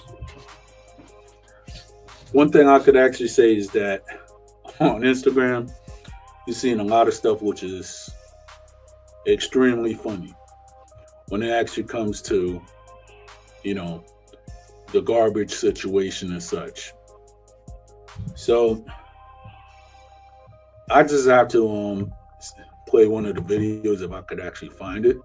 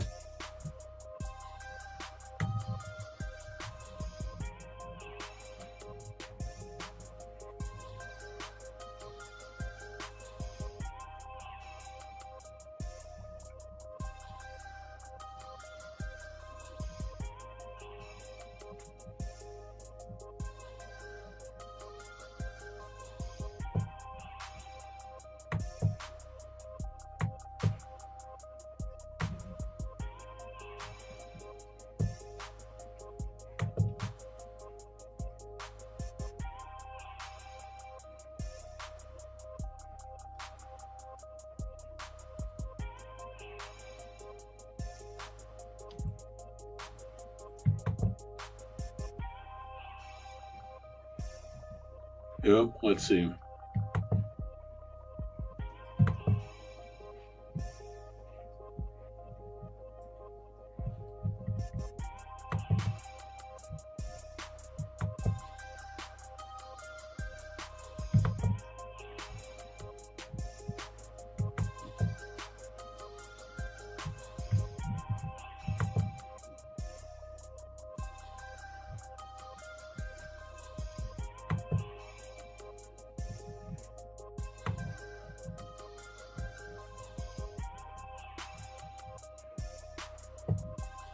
Well, I'm just gonna actually play a clip about Styles P saying that Jim Jones services is no longer needed.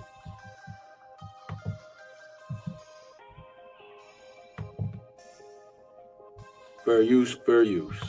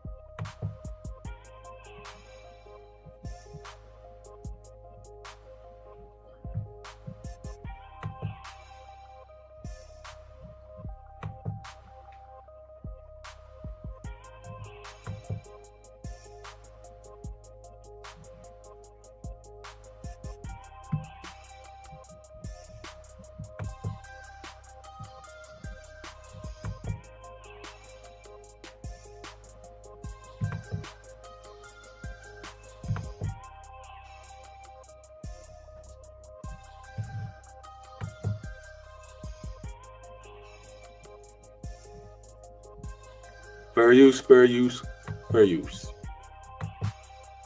There you go. There you go. What we doing? What's the degrees? What's the degrees though? 86 degrees. Oh, Man. it's for you. Yeah, man, it's the new weatherman. Jim will be out of business Weatherman after Pete. August 3rd, so I'm practicing the weatherman. As you can see, Harlem, New York. What up, Harlem? I love y'all, but I shit don't go that fast, okay? But anyway, I just want to say, after August 3rd, I'm going to be the new weatherman. If I ain't going to be it, Kiss is going to fill in, or we're going to have to do this shit together. But August 3rd, after August 3rd, no more weatherman from Capo. It's over. Fair use, fair use. Dang. August 3rd, we see y'all, baby. Live. Live.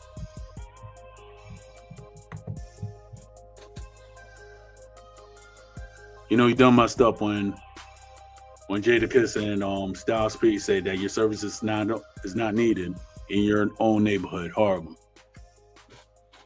I don't make the rules.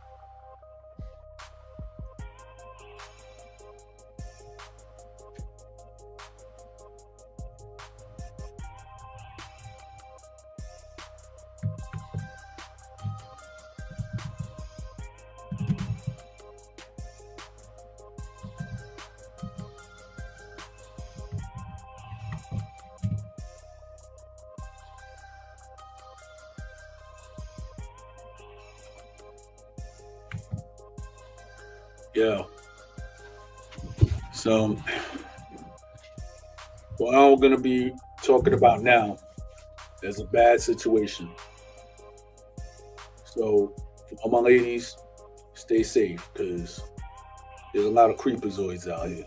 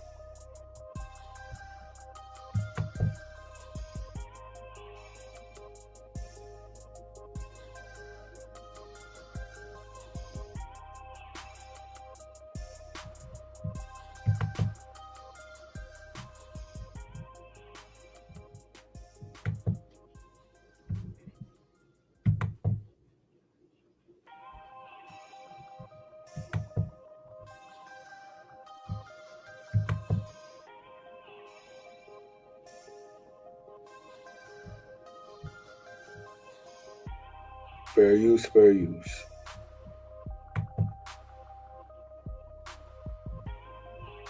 Nigga, we the same. We come up the same corners. We ain't had much.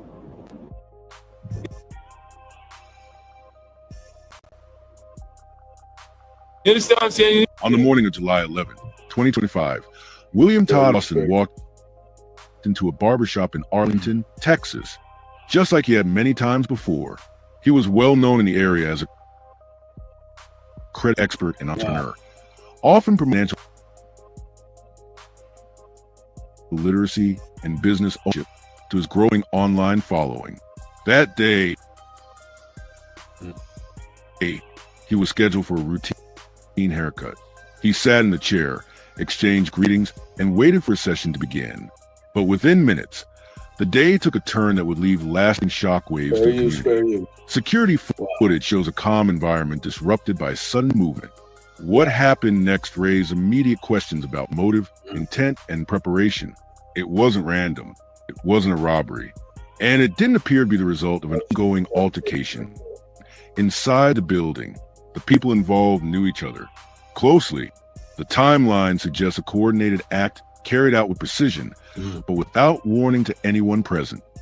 We're bringing you an update on breaking news we told you about earlier. 2 people are dead after a shooting in Arlington. This happened on South Cooper Street just after 10 this morning. Police say when officers arrived, they found a man shot, died at the scene. Officers also found the suspected shooter injured. Police believe she shot herself. Dag.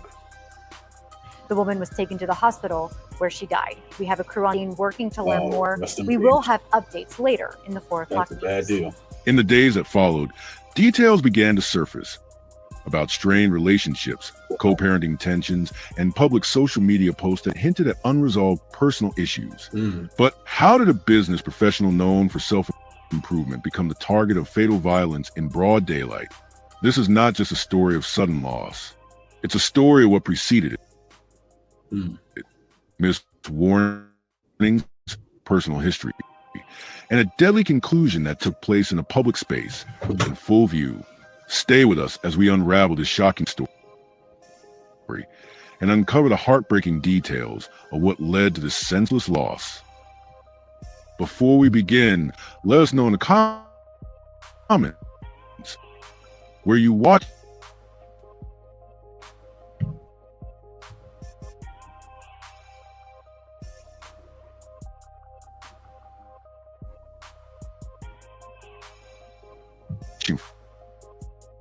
from. And what are your thoughts as the story unfolds? Welcome to True Crime Tales. We reveal the crimes that shock communities and the secrets hidden behind closed doors. Hit subscribe and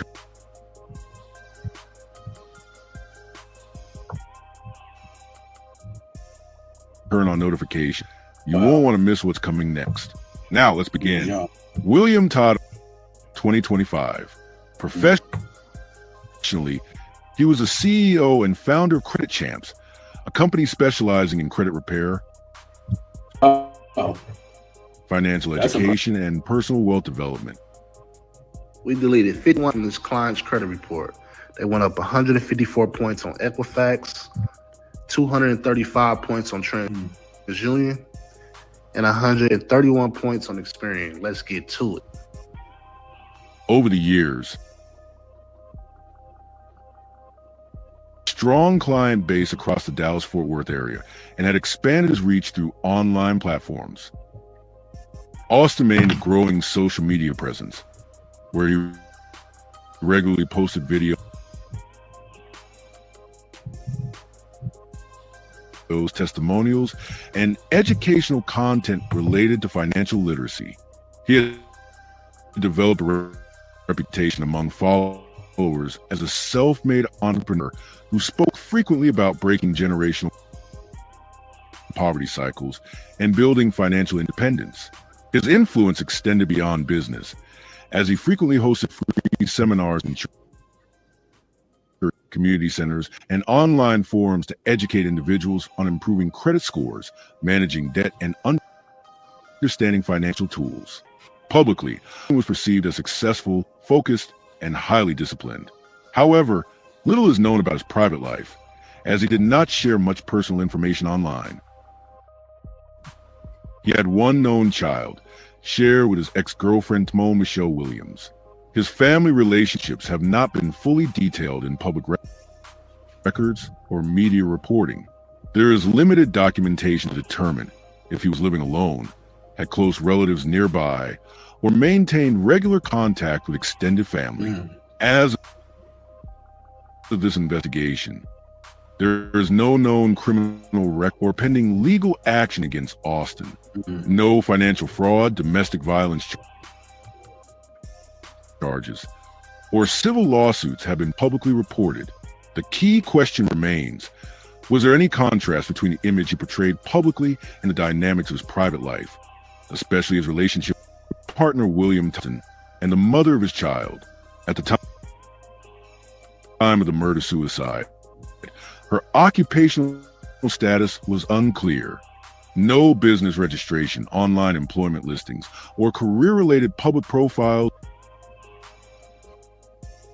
were confirmed. Several media outlets identified her solely in relation to Austin and the child they shared.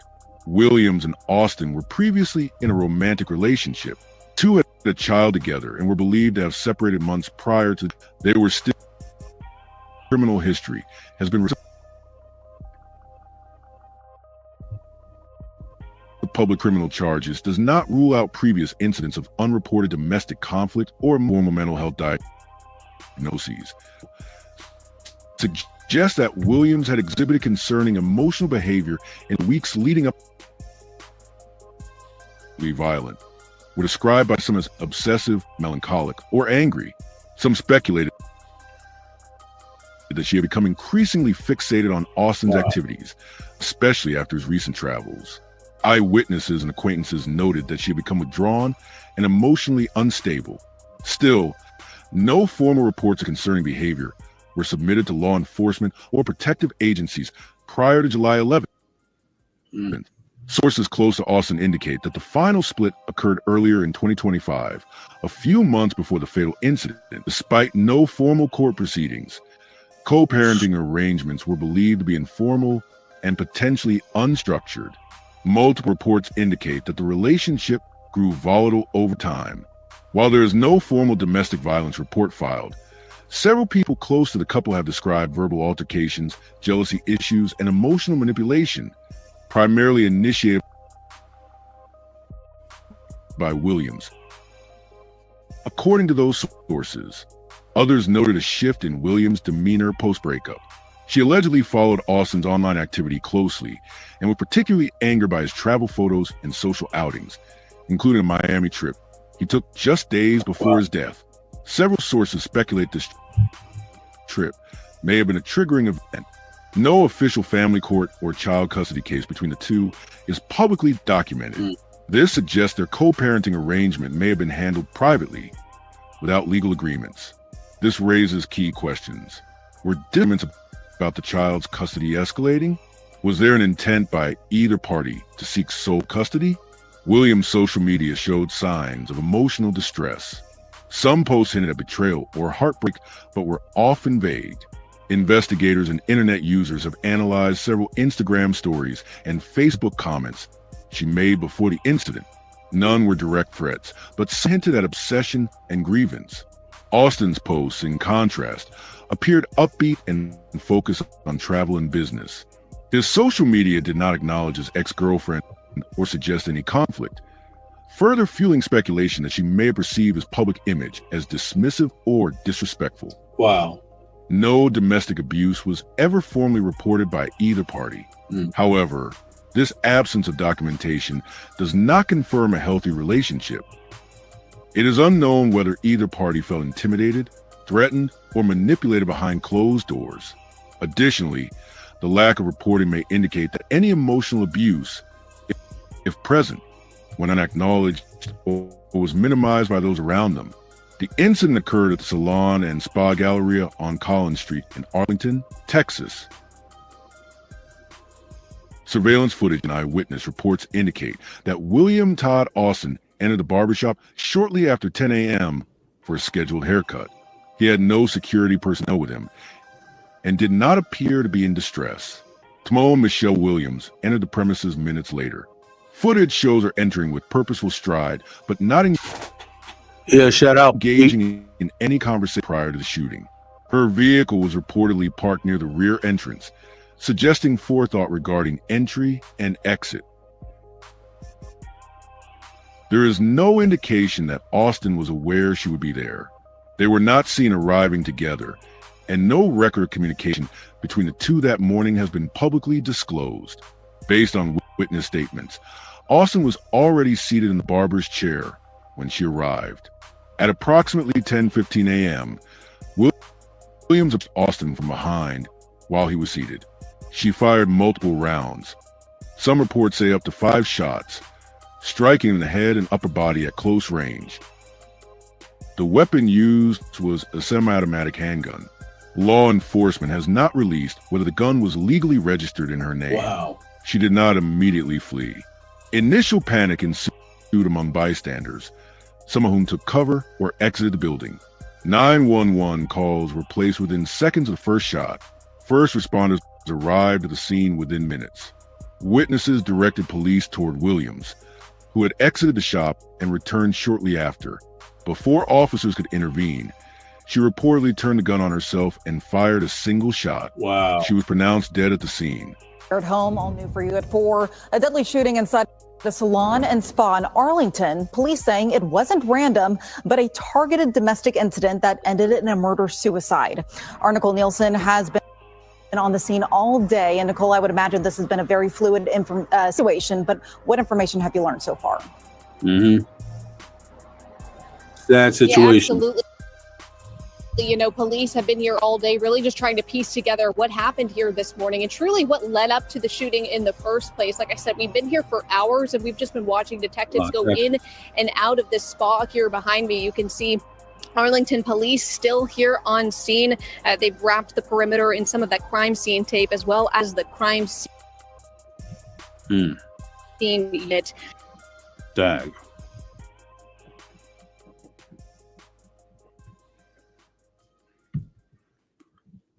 As they just continue to investigate this shooting. But we do want to take you back to this morning when the shooting occurred. There's social media video circulating that shows the moments that officers arrived at the Salon and Spa Galleria off South Cooper Street in Arlington around 10:15 with their guns drawn.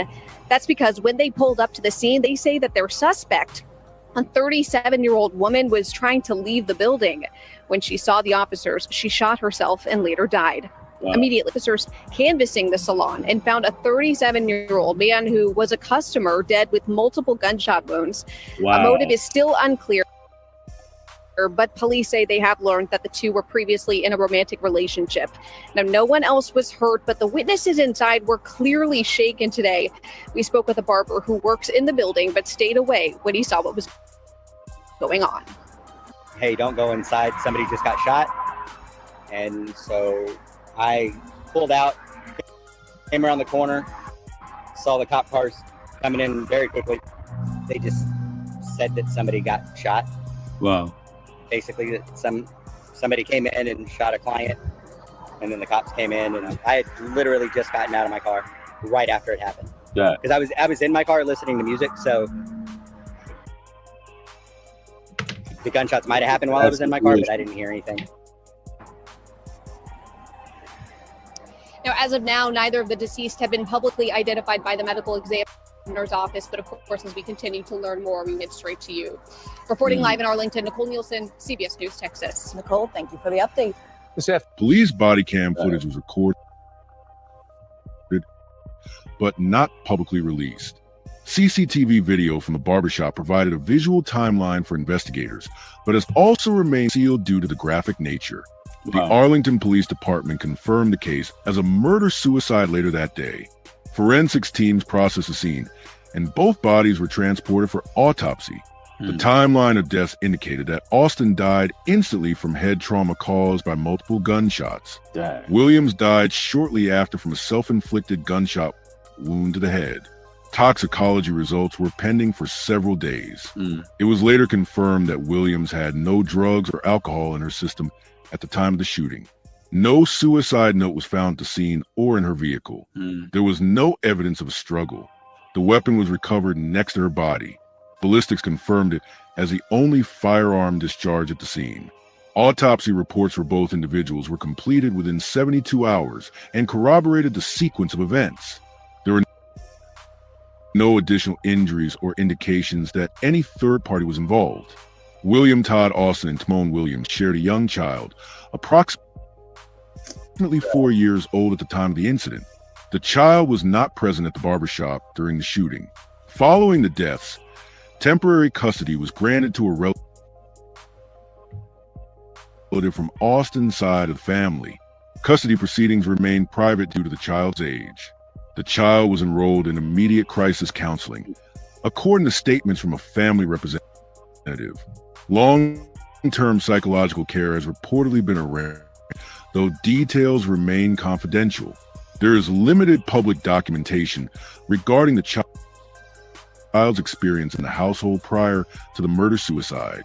No record suggests that the child was exposed to physical abuse, but emotional instability may be present. Key questions that remain. Did the child witness any disturbing interactions between the parents leading up to the event? Was the child ever used as a point of leverage or control between the two? There are no known reports of Child Protective Services involvement before July 11, 2025. In the immediate aftermath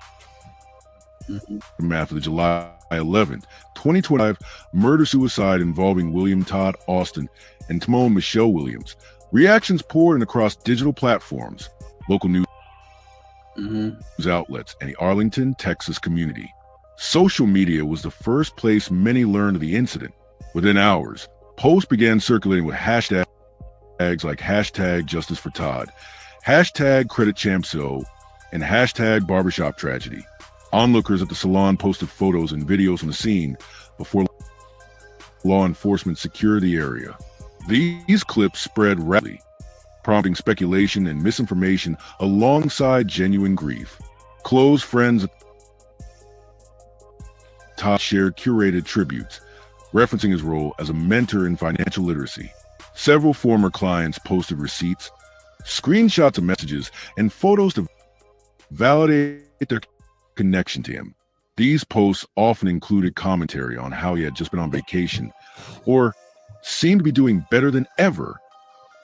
In contrast, posts about Timone Williams were polarizing. Some claimed she had shown signs of emotional distress for weeks. Others said her actions came out of nowhere.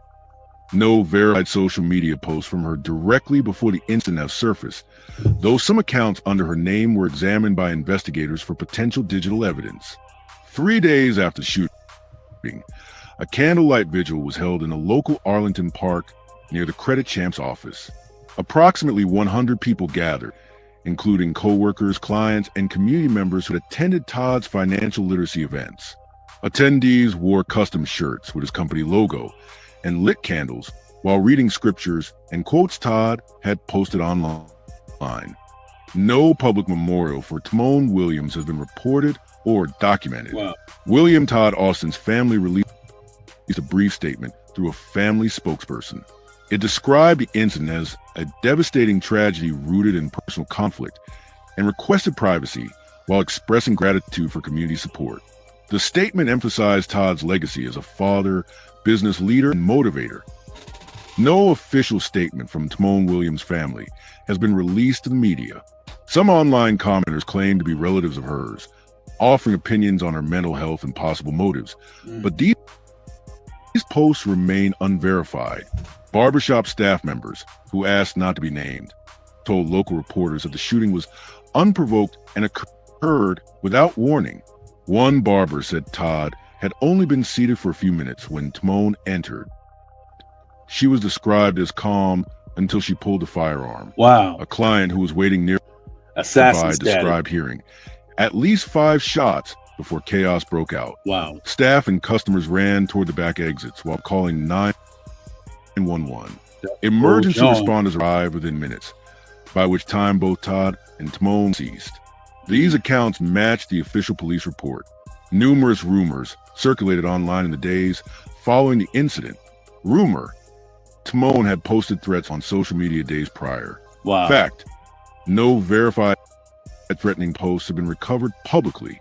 Rumor: Todd had a restraining order against her.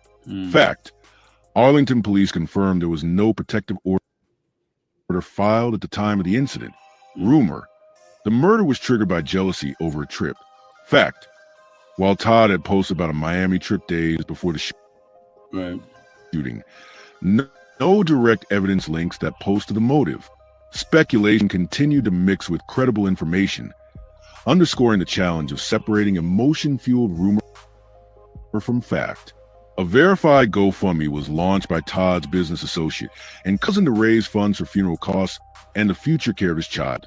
The campaign surpassed $60,000 within 4 days, drawing donations from clients and followers nationwide. There are no known fundraising campaigns linked to Timon Williams. No restraining order had been filed between Todd and Timon.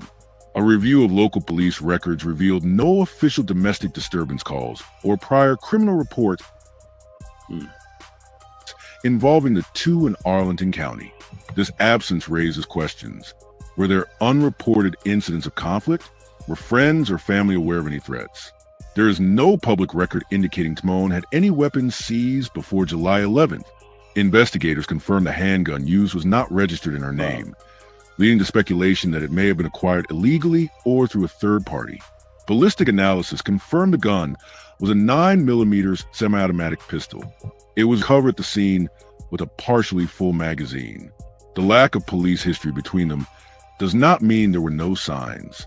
Some social media users posted cryptic screenshots of private texts allegedly sent by Timon expressing distress. If legitimate, these messages may point to emotional instability in the weeks prior. No mental health interventions or protective orders were pursued, though friends claimed she had previously confided in them about struggles co-parenting after the breakup. The salon and spa galleria did not have armed security, though cameras were installed at the front entrance and stop areas. There were no metal detectors or bag checks. Staff said this was the first violent incident in the location's history. Could businesses offering open access to the public be required to implement threat protocols in future? While no explicit threats were posted publicly, digital forensics is ongoing. Todd's visible lifestyle, travel, success, luxury was documented frequently online. Analysts suggest such portrayals can sometimes act as psychological triggers in strained personal relationships. Did the digital image of Todd's independence and success contribute to the motive? The Arlington Police Department officially ruled the incident a domestic violence murder-suicide. The classification closed the case without criminal proceedings but opened pathways for deeper policy conversations. As of the latest update, the firearm used by Timon was not registered to her. Investigators are attempting to trace its origin. If obtained illegally, it raises questions about gun access laws in Texas and how private sales may bypass background checks. Domestic violence advocates are using this case to argue for easier access to emergency protective orders, more public education on coercive control and emotional abuse, stronger red flag laws. Friend social posts suggest they noticed Timon has erratic behavior. If so, why was it escalated to authorities? Was there a failure in community response? The case has been cited in Texas forums discussing domestic violence risk assessment tools, public gun carry laws, co-parenting support services after a breakup. This case raises difficult but necessary questions. Have you ever seen jealousy or emotional instability intensify in someone post-breakup? Should friends or family step in? And how? Are there enough support resources for single parents navigating separation or custody conflict? How can barbershops and public spaces prepare for unexpected personal violence? They can't. What should the consequences be when someone makes violent threats, even if they haven't acted yet? These aren't just questions for this case. That's a tough thing to talk about. Fair use, fair use.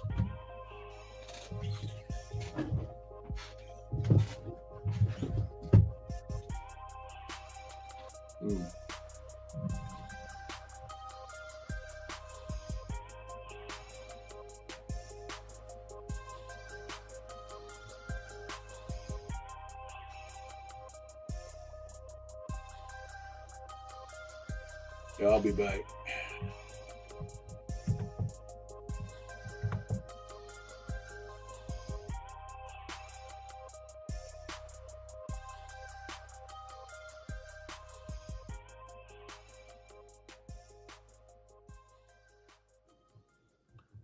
Oh yeah, shout out to Ambitious Fool.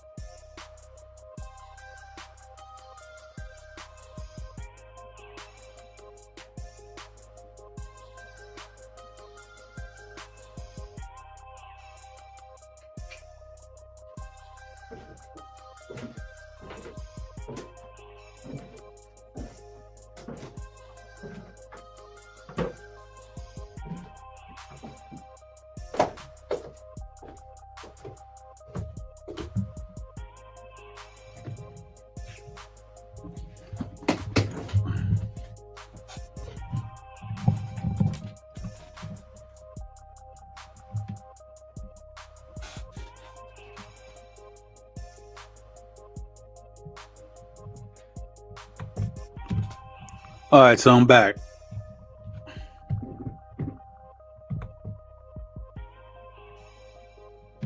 Yeah, shout out to Mike Music also, and Ambitious Fool.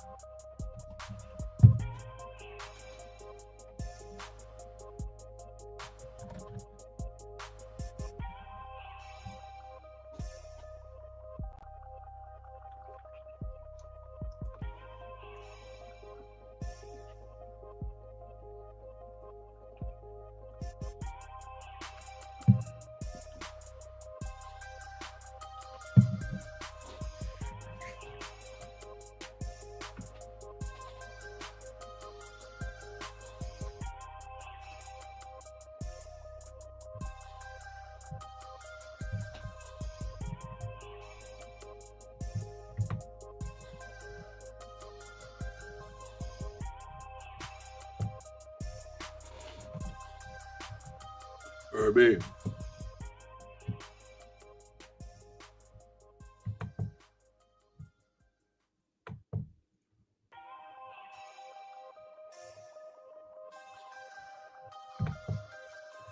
Hey, in a mix. How's everything up in the Philippines?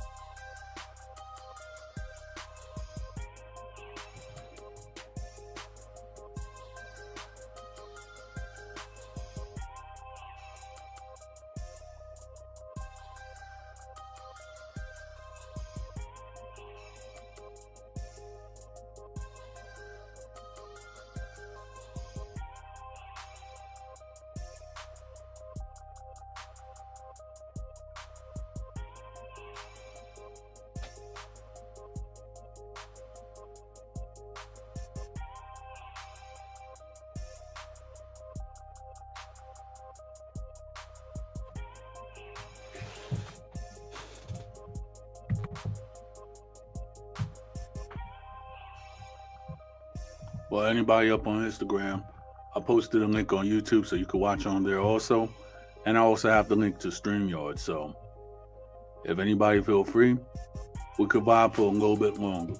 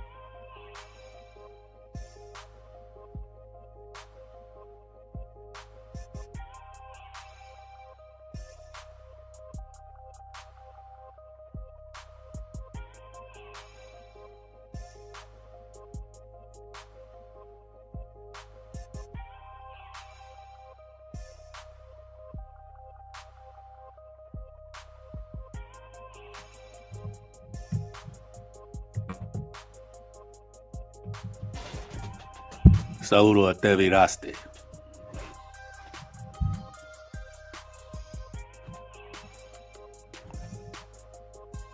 ¿Cómo sigue tu artista en su plataforma, manito?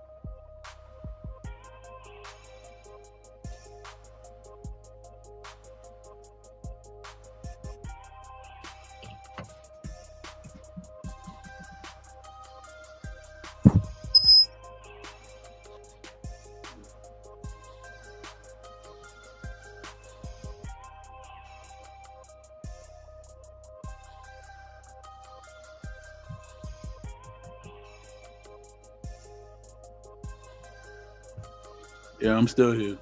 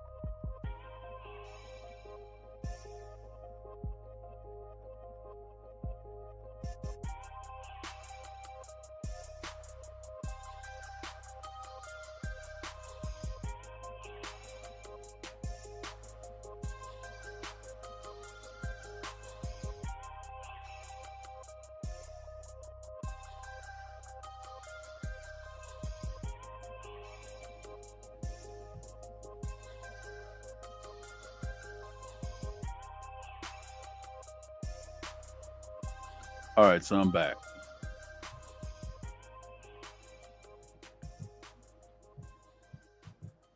We're actually going to be on our third hour.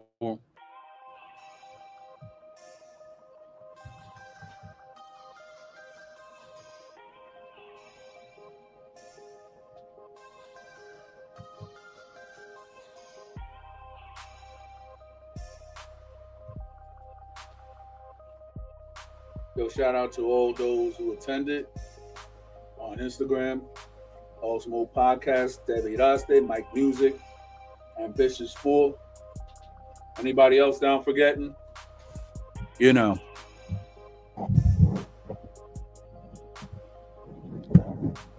Thank you for tuning in tonight. So, you know.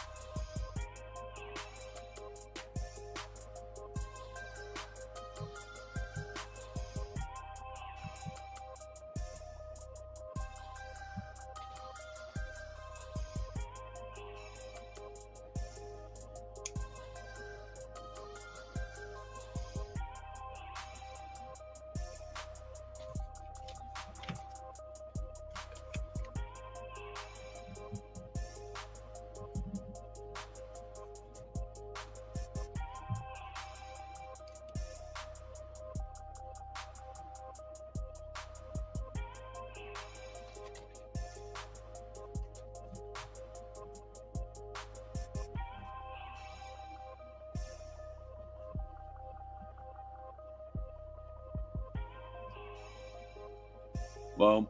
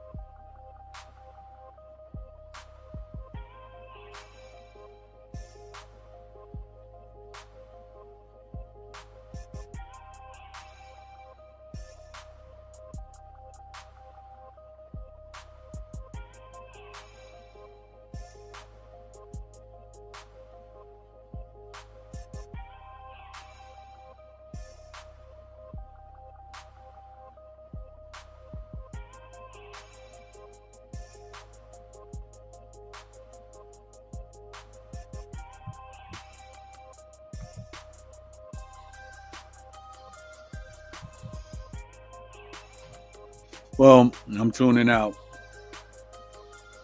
Check me on Wednesday when we talk about the martial arts.